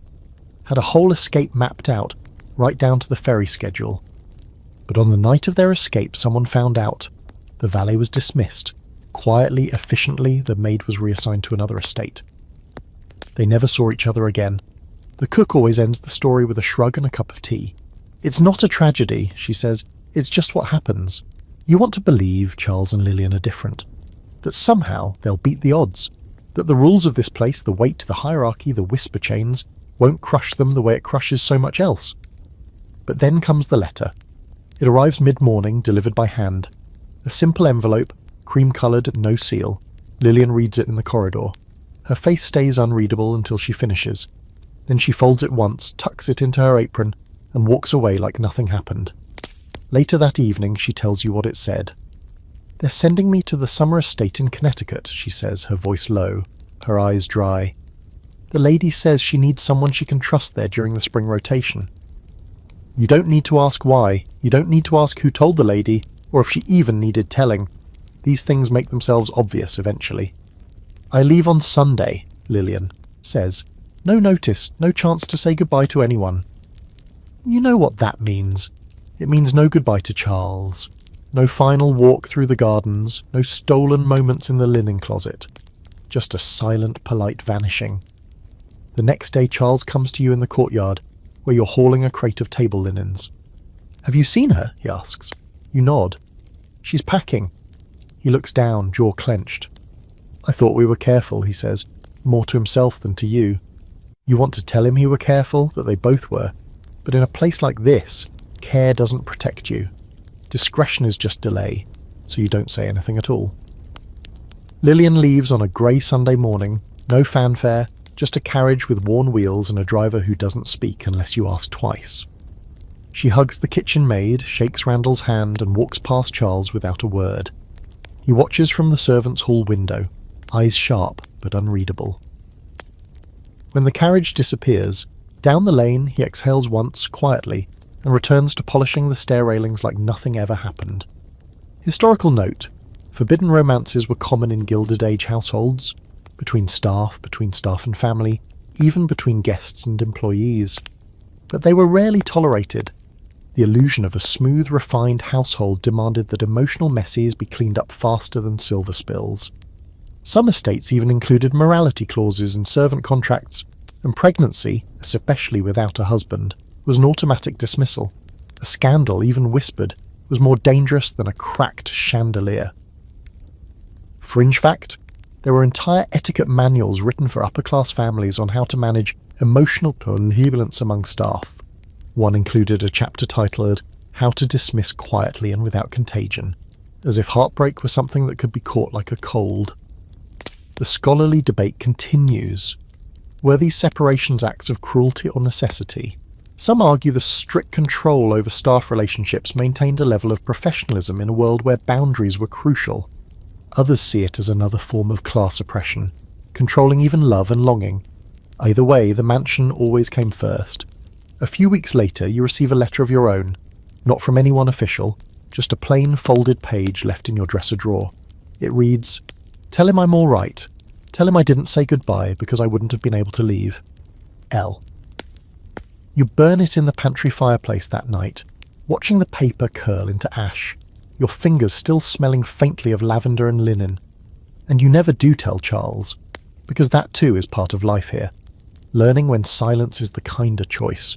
You know something unusual is about to happen when the silver is laid twice. Not because the first setting was wrong, oh no, not in this house, but because it was insufficiently formal. Graham calls it a Level 3 revision, which translates to this: someone terrifying is coming to dinner. Then the staff bulletin appears. In the kitchen, tacked beside the recipe for consommé and the list of acceptable bread crust tones, is a single slip of cream paper bearing the words, "Visiting royal guest, Thursday evening. All staff in formal presentation condition. Maintain silence and poise at all times. No eye contact unless addressed. No unsolicited speech. No slang, regionalisms, or complaints about footwear. This is not a joke." Gee, that last line, "this is not a joke," tells you everything. And so the mansion becomes a hive of anxious preparation. Every rug is brushed, every candlestick is repolished, silver polish flows like wine. Even the stained glass windows are dusted, which frankly feels more symbolic than practical. The guest of honour? A duke. Real title, real castle, and, according to whispered gossip, a royal cousin from some damp stretch of Europe you'd struggle to find on a map. He's been invited by the master, likely as part of some long game involving transatlantic investments, political favours, or just the satisfaction of having a royal in the dining room. You're not on dining service tonight. You've been promoted to parlour standby, which means you're posted just outside the dining room during dinner, ready to fetch anything requested in sotto voce by the butler or a guest too refined to ask for seconds out loud. From this perch you witness the royal procession. The Duke is not tall, not handsome, and not especially elegant. But he is royal, and so everyone acts as if he were all three. He wears a tailcoat with medals, which clink softly when he sits. His accent is hard to place but seems vaguely Central European, like he spent his life halfway between an opera and a thunderstorm. Dinner begins with fanfare, actual fanfare. A trumpet solo in the vestibule, followed by the footmen bringing in the soup like it's the Holy Grail. The staff has been drilled into perfect silence. Graham glides like a ghost at the Duke's elbow. The mistress smiles exactly enough. The master manages to look both casual and reverent, as if having royalty au vert for dinner is simply Thursday. But the real show begins when the third course arrives. The Duke reaches for his napkin, his officially monogrammed napkin, and pauses, frowns. He lifts it, inspects it. Then, in a moment that could have unravelled kingdoms, he says flatly, "This is not mine." Everyone freezes. Because technically he's right. He's been given the wrong napkin. Not just a non-royal napkin. A lady's napkin. The embroidery is off. It bears a floral monogram. It is, in short, a fabric insult. For a moment no one moves. Then Graham steps in with such grace it might have been choreographed. He exchanges the napkin with a bow so deep it almost qualifies as archaeological work, murmurs an apology in flawless French, and retreats, crisis averted. But in the staff, hallway panic spreads like wildfire. Who packed the linens? Was it the new girl? I knew she couldn't read cursive embroidery. I bet Randall switched them just to cause drama. He didn't. He wishes he did. You help with dessert prep, which tonight involves sugar swans, spun caramel nests, and something that might be ice cream, but has the texture of velvet and the flavour of wealth. The Duke compliments the wine, then the piano performance, then the lady of the house, then the piano again. His compliments are so consistent you begin to wonder if he's been trained to flatter in sequence, like a mechanical bird let loose on the upper crust. After dinner, as the guests adjourn to the music room, you overhear fragments of conversation. One guest whispers, "I heard he's been exiled." Another, "He's broke. That's why he's here." Yet another, "I think the crown is just symbolic now, like a decoration." So, a royal, yes, but also maybe a royal on the run, or at least a royal on the market.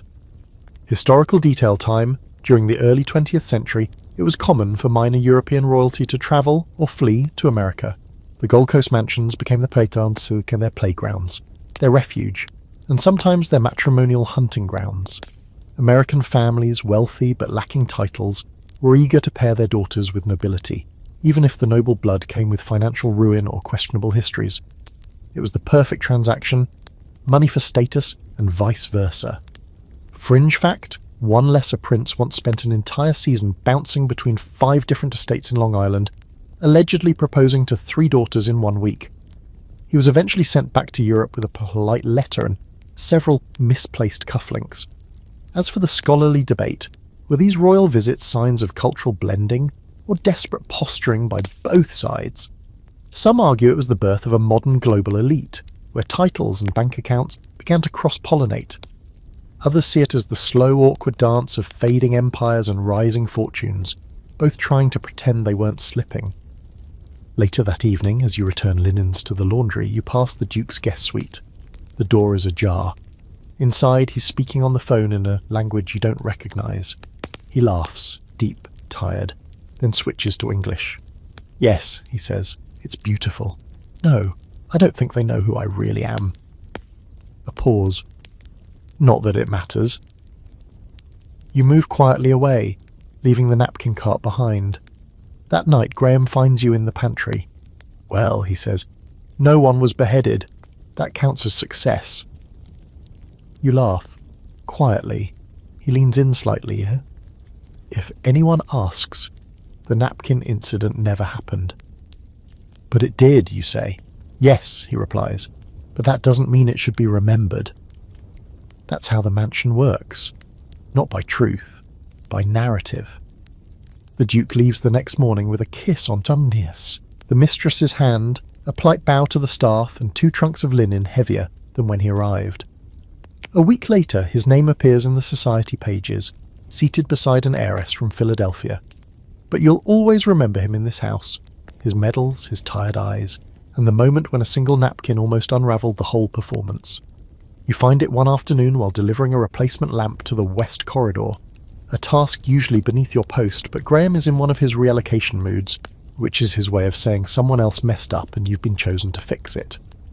The corridor is empty, hushed, with that strange, echoless silence particular to rooms that haven't been used in too long. The wallpaper here is older, a bit sun-faded in places, patterned with vines that seem to twist in real time if you stare too long. You're halfway to the guest bedroom when the lamp's base shifts in your arms and you stagger, bumping against a door you didn't realise was there. It pops open with a reluctant creak. The room beyond is odd. You step in slowly, cautiously, drawn forward not by curiosity, but by something quieter and more persistent, an absence of logic. No one's ever mentioned this room. It's not on any inventory list, yet here it is, perfectly intact, faintly lit by stained glass windows that don't match the rest of the house. The first thing you notice is the smell. Something dry, like old leather and lavender, with the faintest metallic undertone like rusted scissors. The second thing you notice is the gloves. There are gloves everywhere, mounted on the wall like taxidermy, arranged in glass display cases, draped over chairs and mannequins. Long opera gloves, leather driving gloves, fingerless lace gloves, pairs arranged in poses, palms facing, fingers crossed or curled. Some are clearly antique, others shockingly modern. One pair has actual pearl buttons shaped like tiny teeth. And then you see this tall label affixed to the central display, for every occasion a second skin. You don't breathe for a moment. It feels like you've walked into someone's secret brain. Then comes the second layer of strangeness. A Turkish steam cabinet sits in the corner, one of those ancient coffin-like contraptions with a hole at the top for a person's head to stick out. It's wood-panelled, inlaid with a mother of pearl, and gives off the distinct vibe of a very expensive coffin for someone being gently boiled alive. There's a tray next to it with labelled oils, eucalyptus, rosewood, frankincense, and one simply labelled No 7. This room wasn't meant for guests. It wasn't even meant for family. This was someone's private ritual chamber, a place of transformation. You're about to leave, because obviously this is too weird for one person to process alone, when you spot the mirror. It's freestanding, full-length, framed in gold that's been dulled over time. You catch your reflection and freeze. For a second, just a split second, you're not sure it's you. The posture is off, the expression too confident. Your eyes look brighter. There's something different about your hands. You step back, shake your head, and then you notice the final, smallest door. It's set into the baseboard. Almost comically small. You kneel down, open it slowly. Inside is a single shelf, and on that shelf, a child's pair of gloves, blue velvet, embroidered with stars. You don't know what to make of any of it. You lock the room behind you, return the lamp to the corridor table, and make a mental note never to speak of this again. But of course you do. Later that night you mention it quietly to Randall while folding napkins in the back pantry. Gloves? He repeats, eyebrows rising. Oh, that room. He says it so casually, as if you've stumbled upon a linen closet. It was hers, he continues, the master's sister, Cordelia. No one's ever mentioned her. They wouldn't. She was unusual. He doesn't elaborate, but later the cook confirms the bare-bones version of the story. Cordelia was a debutante of exceptional beauty and even more exceptional taste. Not quite right in the head, but no one said that aloud, of course. She had a glove obsession, believed that gloves could contain emotion, memory, even power. She'd wear a different pair for each meal, each interaction. She hosted tea parties for her gloves. Once she refused to speak for a full week after someone mistakenly wore her angry gloves during a garden stroll. Eventually, she was sent to a sanitarium, quietly. The family said she was travelling abroad. No one knows what happened to her, or if the gloves still hold her scent. Historical snapshot: eccentric rooms weren't rare in Gold Coast mansions. The ultra-rich had the space and the monies to indulge any obsession. Rooms for taxidermy, butterfly collecting, even spiritual seances.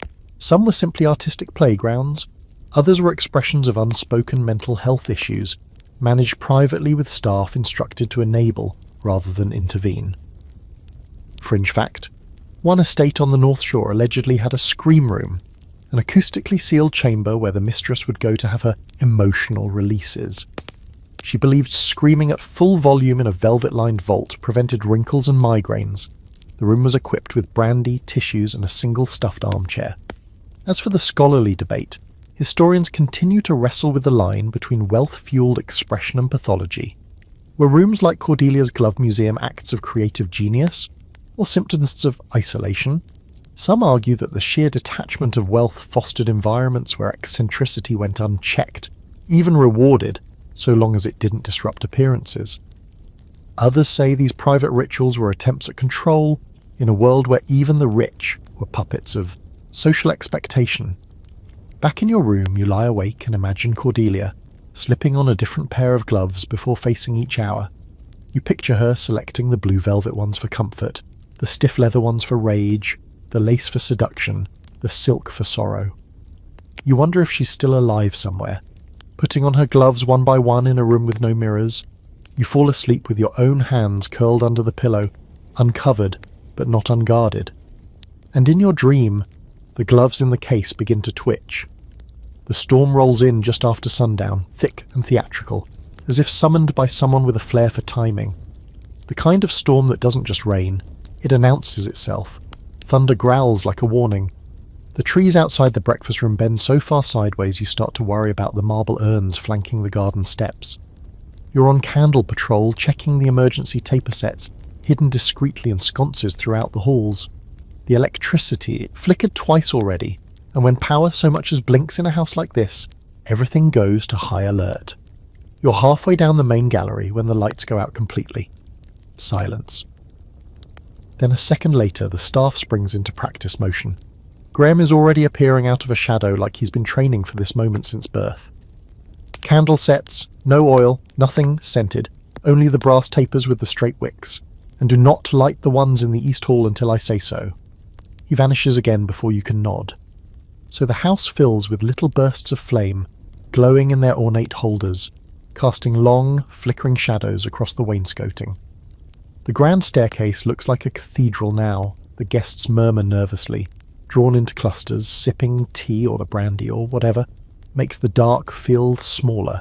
Someone requests music. The mistress suggests a game instead, something literary and safe, which immediately kills all interest. The storm doesn't pass. It grows. You hear the wind push against the glass, and somewhere upstairs a shutter bangs open and closed like a warning bell. By 9 o'clock the house has fully transitioned into what staff refer to, only half-jokingly, as siege mode. No one's leaving, no one's arriving. Dinner was cold cut served elegantly. The phonograph is off. There's a pile of board games on the parlour settee, each of them opened, none of them played. But then the question comes, what about the vault? It's said like a dare, like a challenge tossed into the air to see who will catch it. The voice belongs to one of the younger guests, some Yale type with a sharp suit and a jawline that's done 0 hours of labour. He says it again, louder this time. Don't you have a safe or something? Every house like this does, filled with rubies and pearls and secrets? Come on, show us. The mistress laughs too quickly. Oh, darling, there's no such thing here. But the look she throws toward the master is the kind of look people write books about, and that's how the legend of the vault gets stirred up all over again. Everyone has heard something. One guest swears it's under the west wing. Another claims it's hidden behind a rotating bookshelf in the study. Randall, naturally, insists it's in the root cellar, guarded by the ghost of a butler who made one too many inventory errors. You've never seen it, but you felt it, or at least felt something. There's a door in the wine cellar. You've passed it. It's tucked behind a row of empty Bordeaux crates, sealed with a heavy chain and a keyhole shaped like a teardrop. It's always locked, and it's always cold no matter the season. You've asked Graham once, months ago, when you were still too new to know better. That part of the cellar is structurally unsound, he'd said, and you're not to enter it. End of discussion. But tonight, with the wind howling and the lights out and the guests already halfway into a ghost story competition, the legend of the vault grows legs and starts pacing the halls. Even the mistress seems to lean into it. There was, she says, at one time a collection of rare things, clocks, letters, a telescope from an Egyptian tomb, but that was ages ago. Still, someone says, we are trapped here with nothing else to do. The staff avoids the subject, but you can feel the tension pulsing like static under your skin. That's when the idea becomes an action. A group of guests decides to find the vault themselves. No permission, no plan, just 3 martinis and a candelabra between them. and unfortunately you're in the wrong place at the wrong time when they descend into the wine cellar. You try to dissuade them. The area's off limits, you say. We're not allowed past the last storage rack. Foundation issues. They ignore you. Then the lights flicker again. This time they come back on. Not fully, but enough to cast everything in an eerie half-glow, and in that strange, flickering light the guests find it. The chained door. It looks like something out of a stage play. Dark, carved with strange symbols, probably just decorative, but they look almost occult in the low light. The chain is thick, rusted in places, and the lock gleams. "This is it," one whispers. "This has to be it." They try to force it open. You step forward, almost without the wasn't thinking. "Don't, please." That's all you say. And maybe it's the way you say it, or maybe it's the house itself finally speaking through you. But they stop. One of the guests shrugs, laughs it off, and says, "Fine. I'd rather not be murdered by some dusty heirloom anyway." They head back upstairs, giggling. You remain for a moment. Then, for the first time since arriving at the mansion, you place your palm on the chained door. It's cold, not cool, cold, like the air behind it hasn't moved in years. You lean in, slightly, hear nothing, no creaks, no whispers, just the faint, unsteady beat of your own heart. Historical sidebar. Vaults, both real and rumoured, were common in Gilded Age estates. Some were for show, some for storage, and some were true panic rooms, designed for retreat in case of threat. But the really strange ones? They were used for legacy preservation. Letters, portraits, maps, things not meant to be seen until after the owner's death. A kind of slow-motion message in a bottle. Fringe fact. One estate had a sealed room that could only be opened on the day of the owner's daughter's wedding. It contained gifts, letters, and a personal recording on wax cylinder that was said to bring the entire reception to tears. The daughter eloped. The room was never opened. The scholarly debate here hinges on symbolism. Were these vaults a way for the rich to cling to immortality? Or were they simply another expression of control, the final assertion that even after death they would dictate what was seen, known, remembered? You return to your room after midnight, the storm still clawing at the house, the candles mostly burnt down. But you can't stop thinking about that cold door, that keyhole shaped like a tear, and the fact that somewhere in the house someone still has the key. When it comes, it doesn't arrive like a thunderclap. There's no explosion of headlines or sudden clatter of dropped champagne glasses. No, the crash comes in quiet ways, in cancelled orders, in strange silences around the breakfast table, in the way the master begins lighting his own cigars instead of waiting for one of the footmen to do it. You wouldn't notice it right away if you weren't trained to notice everything, which you are, because living here has made you part butler, part hawk, part ghost. It's October 1929, and the wind feels wrong. You overhear the first real hint in the drawing room. The master is on the phone with someone in the city, his voice clipped, repeating the phrase temporary fluctuation 3 times in 20 seconds. That's your clue. Rich men don't repeat themselves unless they're trying to convince themselves of something. 2 days later, the paper boys in town start shouting words like plunge and panic. The morning edition is delivered earlier than usual. Graham reads it front to back without a sound, folds it carefully, and places it face down on the pantry table. A kind of gentleman's act of mercy, as if shielding the rest of you from the words will somehow delay their meaning. Then the house changes. Small things first. The imported cheeses don't arrive. The florist cuts the daily order in half. The gardener lets a few of the roses die off for winter pruning, though you know full well that means no budget for new seedlings. The staff is told to reuse candles. Silver polishing is reduced to twice a week. There's suddenly a concern about how many napkins are being laundered. The mansion, which once seemed endless and invincible, begins to close in on itself. Corridors go dark earlier. Rooms are left unheated. The east wing is quietly closed for maintenance. One of the parlour maids is let go without ceremony. No one says why. You all just find her room empty one morning and her uniform neatly folded on the cot. Graham doesn't speak much during this period. He moves more slowly, his once immaculate hair greyer than you remember. He spends longer in the pantry, sipping weak tea, staring at a list you can't see. You ask him once, just once, if everything's all right. He looks up and says, "The house is bleeding, but it's doing it elegantly." He's not wrong. The guests keep coming, but fewer of them, and they stay for shorter stretches. The mistress hosts dinners with a brilliance that borders on manic, laughing just a little too loudly, wearing pearls on Mondays, giving toast to the enduring perpetuum of this home. But she's also begun skipping lunch, and her hands shake when she reads the paper. The master. Well, the master disappears. He still lives here, of course. His shoes still show up outside the bedroom door. His favourite armchair in the library still grows warm. But he's not present. He moves like a man studying escape maps. The only time you hear him raise his voice is behind the door of his study, where papers rustle like dry leaves and phones ring with the kind of urgency that only comes when fortunes are evaporating by the hour. There are whispers of investments gone bad, of railroads collapsing, of foreign banks freezing accounts.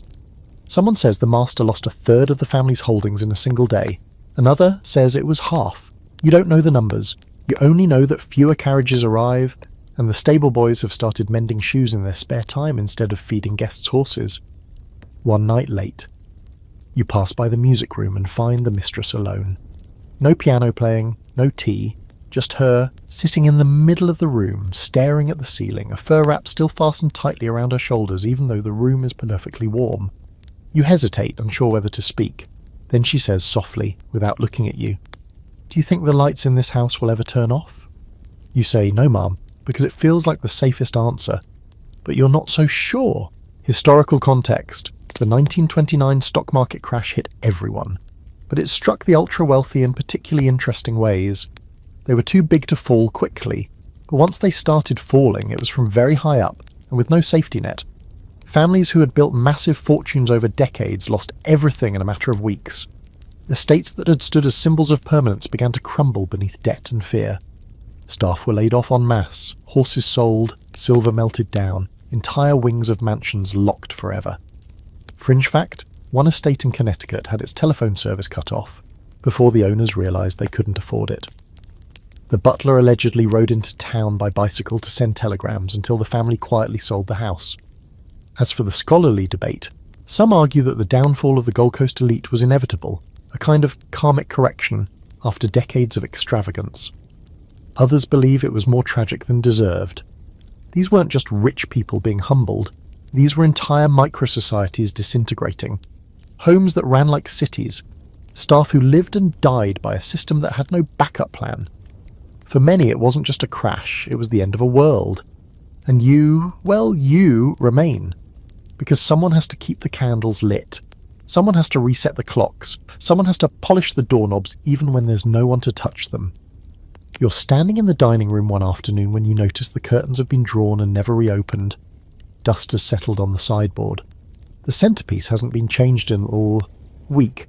No one seems to care. It's not panic that fills the house now, it's exhaustion.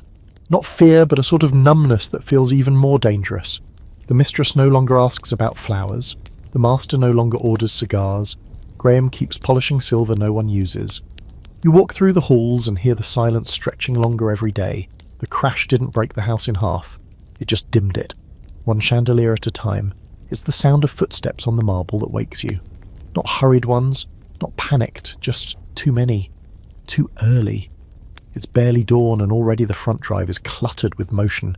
Trucks, not carriages, rattle up the long gravel path, exhaling smoke and men in brown coats. None of them wear the uniforms of delivery staff. They walk differently too, purposeful, impersonal. One of them carries a clipboard, which is never a good sign. When you step into the main hall, it hits you. This isn't a delivery. It's an extraction. The parlour furniture is gone. The harp in the music room has vanished, along with the Omolu-legged chaise no one was ever allowed to sit on. In the ballroom, the chandeliers are still lit, but their crystals are trembling, not from a breeze, but from the shifting weight of the house finally changing course. This, you realise, is an auction. No announcement, no formal notice to staff, just a quiet, decisive dismantling. You find Graham in the linen pantry, folding sheets that clearly don't need folding. He doesn't look at you. "I thought we had more time," he says. "So did I." And maybe they did. But time doesn't stretch forever, even in places like this. The market didn't rebound, the debts didn't disappear, the second mortgage was probably a third by now, and whoever held the note finally knocked loud enough to be let in. The mistress is nowhere to be seen. Rumour says she left the day before by car visiting her sister, though no one's ever met this sister, and the car returned without her. The master is upstairs in his study, likely drafting final letters, signing off on inventory sheets, or perhaps just sitting in his chair with a glass of brandy and no one left to toast. You're asked to help with the cataloguing, not by choice, by default. You've been here long enough to know where things are, which teapot has the hairline crack, which rug came from Turkey, not Persia, which clock belonged to the mistress's mother and never worked but was always wound anyway. You watch the men from the auction house tag each item with string and a tiny ivory card. You want to scream every time one is tied around something that used to mean something. The pewter sugar box, the inlaid chess table, the duck decoys in the smoking room that were never used but always dusted. Everything is given a number. You help pack the portraits. They are not allowed to be sold, family stipulation, but they are removed from the walls, leaned against panels, faces staring at you as if to ask how you let it come to this. You want to say you tried, that you polished, cleaned, kept everything as ordered as possible, that you watched it fall before it even cracked, and then you reach the music room. Not much is left. The piano is still there for now, though its keys are dusted with disuse. The swan sculpture is gone, the embroidered bench removed, but in the corner, behind a curtain that has always been slightly too long, you find it. The locked cabinet. You've seen it before, never opened. Now the key is in the door. You turn it. Inside are stacks of letters, tied in blue ribbon, brittle with age. Some addressed to names you don't recognise, some simply labelled for after. Below them is a velvet box. You open it. Inside lies a necklace made of strange greenish stones. Not jade, not emerald. Something older, darker. It hums faintly under your fingers, like a heartbeat trapped in glass. You close the lid and leave it there. Downstairs, the drawing room is nearly empty. One of the workers drops a porcelain vase. It breaks into 3 perfect pieces, like a metaphor someone tried too hard to write. No one scolds him. No one even flinches. Randall, standing in the corner, just whispers, "At least it went with some dignity." By afternoon, the guests arrive, not the usual kind. These are strangers. Some wear tweed and round glasses, muttering about value and provenance. Others are clearly rich but vulgar, pointing at statues, lifting silverware like they're choosing souvenirs. One woman lingers by the fireplace and says, "I want this room for my lake house." You stay out of their way, but you feel the humiliation in the walls. Historical footnote. During the Great Depression, estate auctions became heartbreakingly common. Entire family fortunes were liquidated over the course of a single day. Antiques, paintings, books, even linens, nothing was safe. Auction houses profited handsomely. A few select buyers even made entire careers by estate surfing, attending these sales like treasure hunters, hoping to scoop up legacy for pennies on the dollar. Fringe fact: some wealthy families hired actors to attend their own auctions, pretending to be enthusiastic bidders, in the hope of driving up prices. One man was caught bidding on his own family's heirloom sword while dressed as a Russian count. The scholarly debate. It centres on what these auctions really were. Economically, yes, they were asset transfers, but culturally, emotionally, they were erasures. Scholars argue about whether these moments marked a democratisation of wealth, or simply the recycling of class trappings from one set of hands to another. Were the items given new life, or did their meaning die the moment that they left the house? As dusk falls, the house is half empty. It echoes now, not with sound, but with the absence of sound. You can hear your own steps on the marble.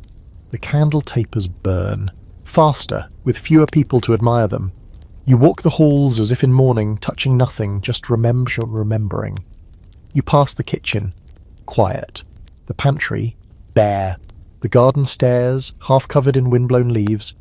It feels like the house is starting to forget itself. Rooms that used to breathe now feel collapsed. No one argues about soup. No one gossips near the coal chute. No one fights over music. And still, the auction goes on. Outside, you glimpse a man strapping a pair of marble lions onto the back of a truck. You want to stop him, to say, "They've guarded this place longer than you've been alive." But you don't. Because it wouldn't matter. He doesn't care. It's not his house. Not yet. Later that night, You find Graham sitting in the main hall, coat on, gloves in hand, watching the front door like he expects it to take a bow. "You're not going?" you ask. "Not yet," he says. "A good butler leaves only when the door locks behind him." You sit with him for a while. In silence, just two of you, watching a house slowly exhale its last breath. The chandeliers sway once softly and go still. Years pass, not quickly, not dramatically. Just steadily, like rain on stone or wallpaper yellowing in a sunless room. Life moves on, as it always does, even when part of you stays frozen in a hallway lined with empty frames and faded echoes. You do leave the house, eventually. Everyone does. Some find new posts in smaller homes, some go into town and take up work in hotels, or, with a little pride swallowed, department stores. A few vanish completely, swallowed by the world beyond the hedges. You work for a merchant family in Oyster Bay for a while. They are kind enough, less obsessed with marble, more obsessed with iceboxes and lawnmowers. But the job is hollow in a way you can't describe to people who've never polished gold doorknobs or held their breath while setting the table for a prince. Every so often you hear things. Gossip. Mostly. The master passed away quietly in a rented house upstate, survived by no one who kept the family name. The mistress remarried to a banker who never visited Long Island and had strong opinions about downsizing. The estate was sold, but not all at once. First the contents, then the wings, then the land, piece by piece, like a necklace being unstrung. You don't go back for a long time. And then, one spring, almost 2 decades after the last fire was lit in the parlour, you do. You tell yourself it's just curiosity, just passing through. A whim. You pack a small lunch, ride the early trolley, and walk the last mile through what used to be the East Gate. It's still there, though the stone pillars have lost their sharpness and the iron is rusting in beautiful tragic curls. The house, if you can still call it that, is a ruin. Not collapsed, not destroyed, just emptied, hollowed. The bones are still there, but the skin is gone. Ivy has begun to stitch itself into the mortar. Birds live where opera singers once sang. The fountain out front, once so carefully kept, is dry now, filled with brittle leaves and one stubborn crow that eyes you with suspicion. You walk the path with the silence of a thief, past the courtyard where carriages once waited, past the hedge maze, now a tangle of stubborn roots and rabbit holes, up to the front doors which are bolted but not locked. One gives way with a firm push, and you're in. The air inside smells like dust, plaster and memory. You don't wander, you glide the way you used to, out of habit, out of respect, past the grand staircase, into the dining room where ghost chairs sit in formation only you can see. The wallpaper is peeling in long strips like ancient bandages. The chandelier still hangs, but most of the crystals are gone. Sold, probably, or stolen. You head toward the music room. It's colder there, even now. The windows have been broken in 2 places, and the wind has dragged in a handful of dead leaves. The piano's gone. Of course it is, but the gouges it left in the wood floor remain. Those soft, curved scars that say something stood here. You find yourself kneeling to trace one with your fingertip. It's like touching a memory that no longer has a name. Then a creak behind you. You stand quickly, heart fluttering. But it's not a ghost. Not really. It's someone in a long cardigan and hiking boots. A woman, maybe 40. She carries a clipboard and a canvas bag. She startles when she sees you. "Oh, sorry, I didn't know anyone else was here." You nod. "Just passing through." She smiles, cautious but warm. "You knew the place?" "I did." "Family." You pause. "Not quite." She tilts her head. "We're cataloguing it. The Historical Society. They want to preserve what they can before the rest goes. The new owners want to build condos on the ridge." You feel that word like a bruise. Condos. What are you preserving? She shrugs. Stories. Names. Some architectural details. There's a glove room upstairs we're hoping to restore. Bizarre but fascinating. And there's supposedly a locked vault somewhere in the cellar. The plans mention it, but no one's found the key. You say nothing, she continues. "I always think about the people who lived here. Not just the owners. The ones who worked it, built it, made it function." You look at her. There's no pity in her voice, no condescension, just curiosity. You say, "They were the ones who knew the house best." She nods. "Exactly." And for some reason, that moment warms something in your chest that's been cold for years. She thanks you for your time, writes down your name when you offer it, and doesn't press for more. Just a handshake and a gentle, "Let me know if you remember anything worth saving." And then she's off, her boots crunching across the rotting floorboards like time moving on. You linger in the main hall a little longer, just long, enough to close your eyes and hear it all, one last time. The clink of silverware, the rustle of gowns, Graham's voice calling for posture, Randall's deadpan sarcasm, the cook's furious whisking, Lillian's laugh, the scratch of the phonograph, the hush before the music, the thud of the chandelier being lit, and then softly the silence that followed it all. Historical truth. Many Gold Coast mansions fell into ruin after the crash and through the mid-20th century. Their upkeep was too expensive, their land too valuable. Some were demolished outright. Others were absorbed into universities, hospitals, or converted into museums. A few became inspiration for novels, The Great Gatsby among them. Fringe fact, one estate was purchased in the 60s by a cult that believed the house had resonant energy. They stayed for a year, then vanished, leaving behind crates of typewritten prayers and a stuffed badger in a wedding dress. The debate that lingers, were these homes ever really meant to last? Were they expressions of immortality, or just very expensive stage sets for a class that knew the curtain would fall eventually? You reach the front doors again. This time you don't push them open, you turn instead and walk down the path. You don't look back, because you remember everything, and that's more than enough. You return one final time, not because you were invited, but because something in you needed to. It's fall now, 30 years since you first stepped through those gates. The trees have dropped most of their leaves, and what's left on the branches are those curled brown clingers that seem unsure whether to fall or wait for a stronger gust. The road here is narrower than you remember. The hedges, where they still exist, are wild and defiant, and the gatehouse, the place where all this began, is nothing but a stone outline behind vines. The mansion still stands in a way. Someone bought it again. Not a developer, as you feared, but a preservation group funded by a patchwork of old families, history lovers, and stubborn ghosts who refuse to see the whole place turned into a golf course. The work is slow, painstaking, but visible. There's scaffolding now, plastic tarps straining against the wind. The gravel drive has been cleared of weeds, and the windows have been scrubbed, at least on the lower floor. The front doors are painted a dull matte grey, a halfway colour waiting to be chosen again. The entire estate feels like a photograph developing in reverse, details slowly returning instead of fading. You walk past a few workers, young, laughing, not careful enough with their tools. One of them stops you, sees your coat, your expression, the years etched into your face like the grain of old oak. "Hey, are you here with the preservation team?" "No," you say gently. "I was here before." He doesn't know what that means. That's fine. You don't offer more. Inside, the walls have been stripped bare. The decorative panels that once glowed gold now hang skeletal, their framework exposed. You can see where gas lamps used to be, now replaced by nothing. The grand staircase has been reinforced with scaffolding. Someone has chalked measurements on the steps. Another worker walks by with a mug that says we're not haunted. Probably. The ballroom is taped off. The conservatory is missing its glass. The music room's floors are being sanded. But the vault door, the one behind the wine cellar, hidden and heavy, is still there. They still haven't found the key. You could say something. You have the key, tucked in your coat pocket, wrapped in an old linen napkin. You've carried it for years now, never used it. Just held onto it, because someone had to. Because some doors shouldn't be opened by accident.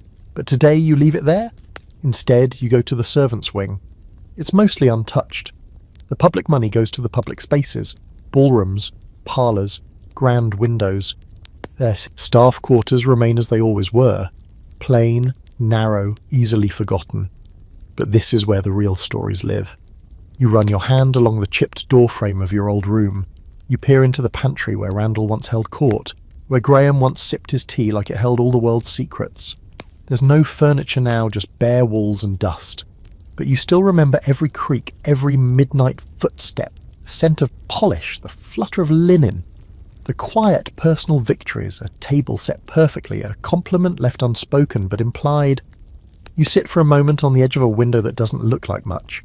It faces the north wall of the house and nothing beyond it. But this was always your favourite view, because it was the unseen one, the place no one watched, where you could breathe for a minute and just be, not serve. From your pocket, you pull out an envelope. Inside it is a note, handwritten. It's short. Not a confession, not a memoir, just a remembrance. A list of names, a few stories, the truth in your words for whoever finds it. You tuck it into the corner of the floorboards beneath the cracked baseboard, where the sound of laughter once echoed after midnight. It will stay there long after you're gone. Maybe someone will find it. Maybe not. But that's not the point. The point is, you returned, and in doing so you closed the loop. Historical note. Many of the Gold Coast mansions that survived were rescued by non-profits, universities and state grants starting in the 1960s and 70s.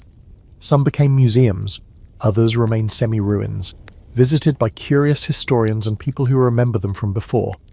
The true human stories of staff, of servants, of quiet romance and scandal and survival are only now being documented seriously. Only recently have scholars begun collecting oral histories from those who worked below stairs. Fringe fact: one restoration team found a perfectly preserved letter hidden behind a fireplace in a Gold Coast mansion. It was addressed to no one, unsigned, and simply read, "They never thanked us, but they never broke us either." It now hangs in the basement museum, framed. The final debate: are these houses worth saving? Some say yes, for their beauty, their history, their stories. Others argue that preserving symbols of inequality is indulgent, even cruel. But perhaps these homes are not being preserved because of the wealth, but in spite of it. To remember not the silk, but the calluses. Not just the opulence, but the labour beneath it. You leave by the back entrance, the one the staff always used. You walk the gravel with careful steps, passing the empty garden where the orchids used to bloom and the trellis where Lillian once brushed past you with a secret smile. The wind is cool, the sun is just starting to fade. And as you reach the edge of the old grounds, you look back, not in mourning, but in peace. Because the past doesn't live in mansions. It lives in memory, and you've kept it safe, so now it's just you, walking that long road back toward the present. The gravel crunches under your shoes like it did that first day, except now you carry no tray, no obligation, just the quiet weight of everything you witnessed. The house fades behind you, framed in scaffolding and ivy, a silhouette of grandeur softened by time. The wind brushes against your collar, and for a moment, you could almost believe it's someone whispering goodbye. You don't need to turn around again. You've said your goodbyes, not just to the building, but to the people inside it, the ones who dressed for dinner, who measured their worth in thread count and imported silver, and also the ones who worked in silence to keep it all from falling apart. The house may crumble, may rise again as something new, or may stand forever in some half-remembered state between ruin and reverence. But you carry the real version, the one that pulsed with life, not just money, with secrets and laughter and long, stretching silences. Tonight, as you settle into bed, eyes heavy, mind still somewhere in those endless hallways, know this. You didn't just survive it. You saw it. You bore witness. You knew where the keys were kept and when the truth was quietly swept behind silk curtains, and you remembered it all. So now close your eyes now. Let the storm pass. Let the chandeliers go dark, the velvet ropes fall and the portraits fade. You've kept the stories alive. That's more than anyone could ask. And hey, if you ever dream of a marble staircase that leads nowhere, don't be afraid to follow it. It only means the house remembers you too.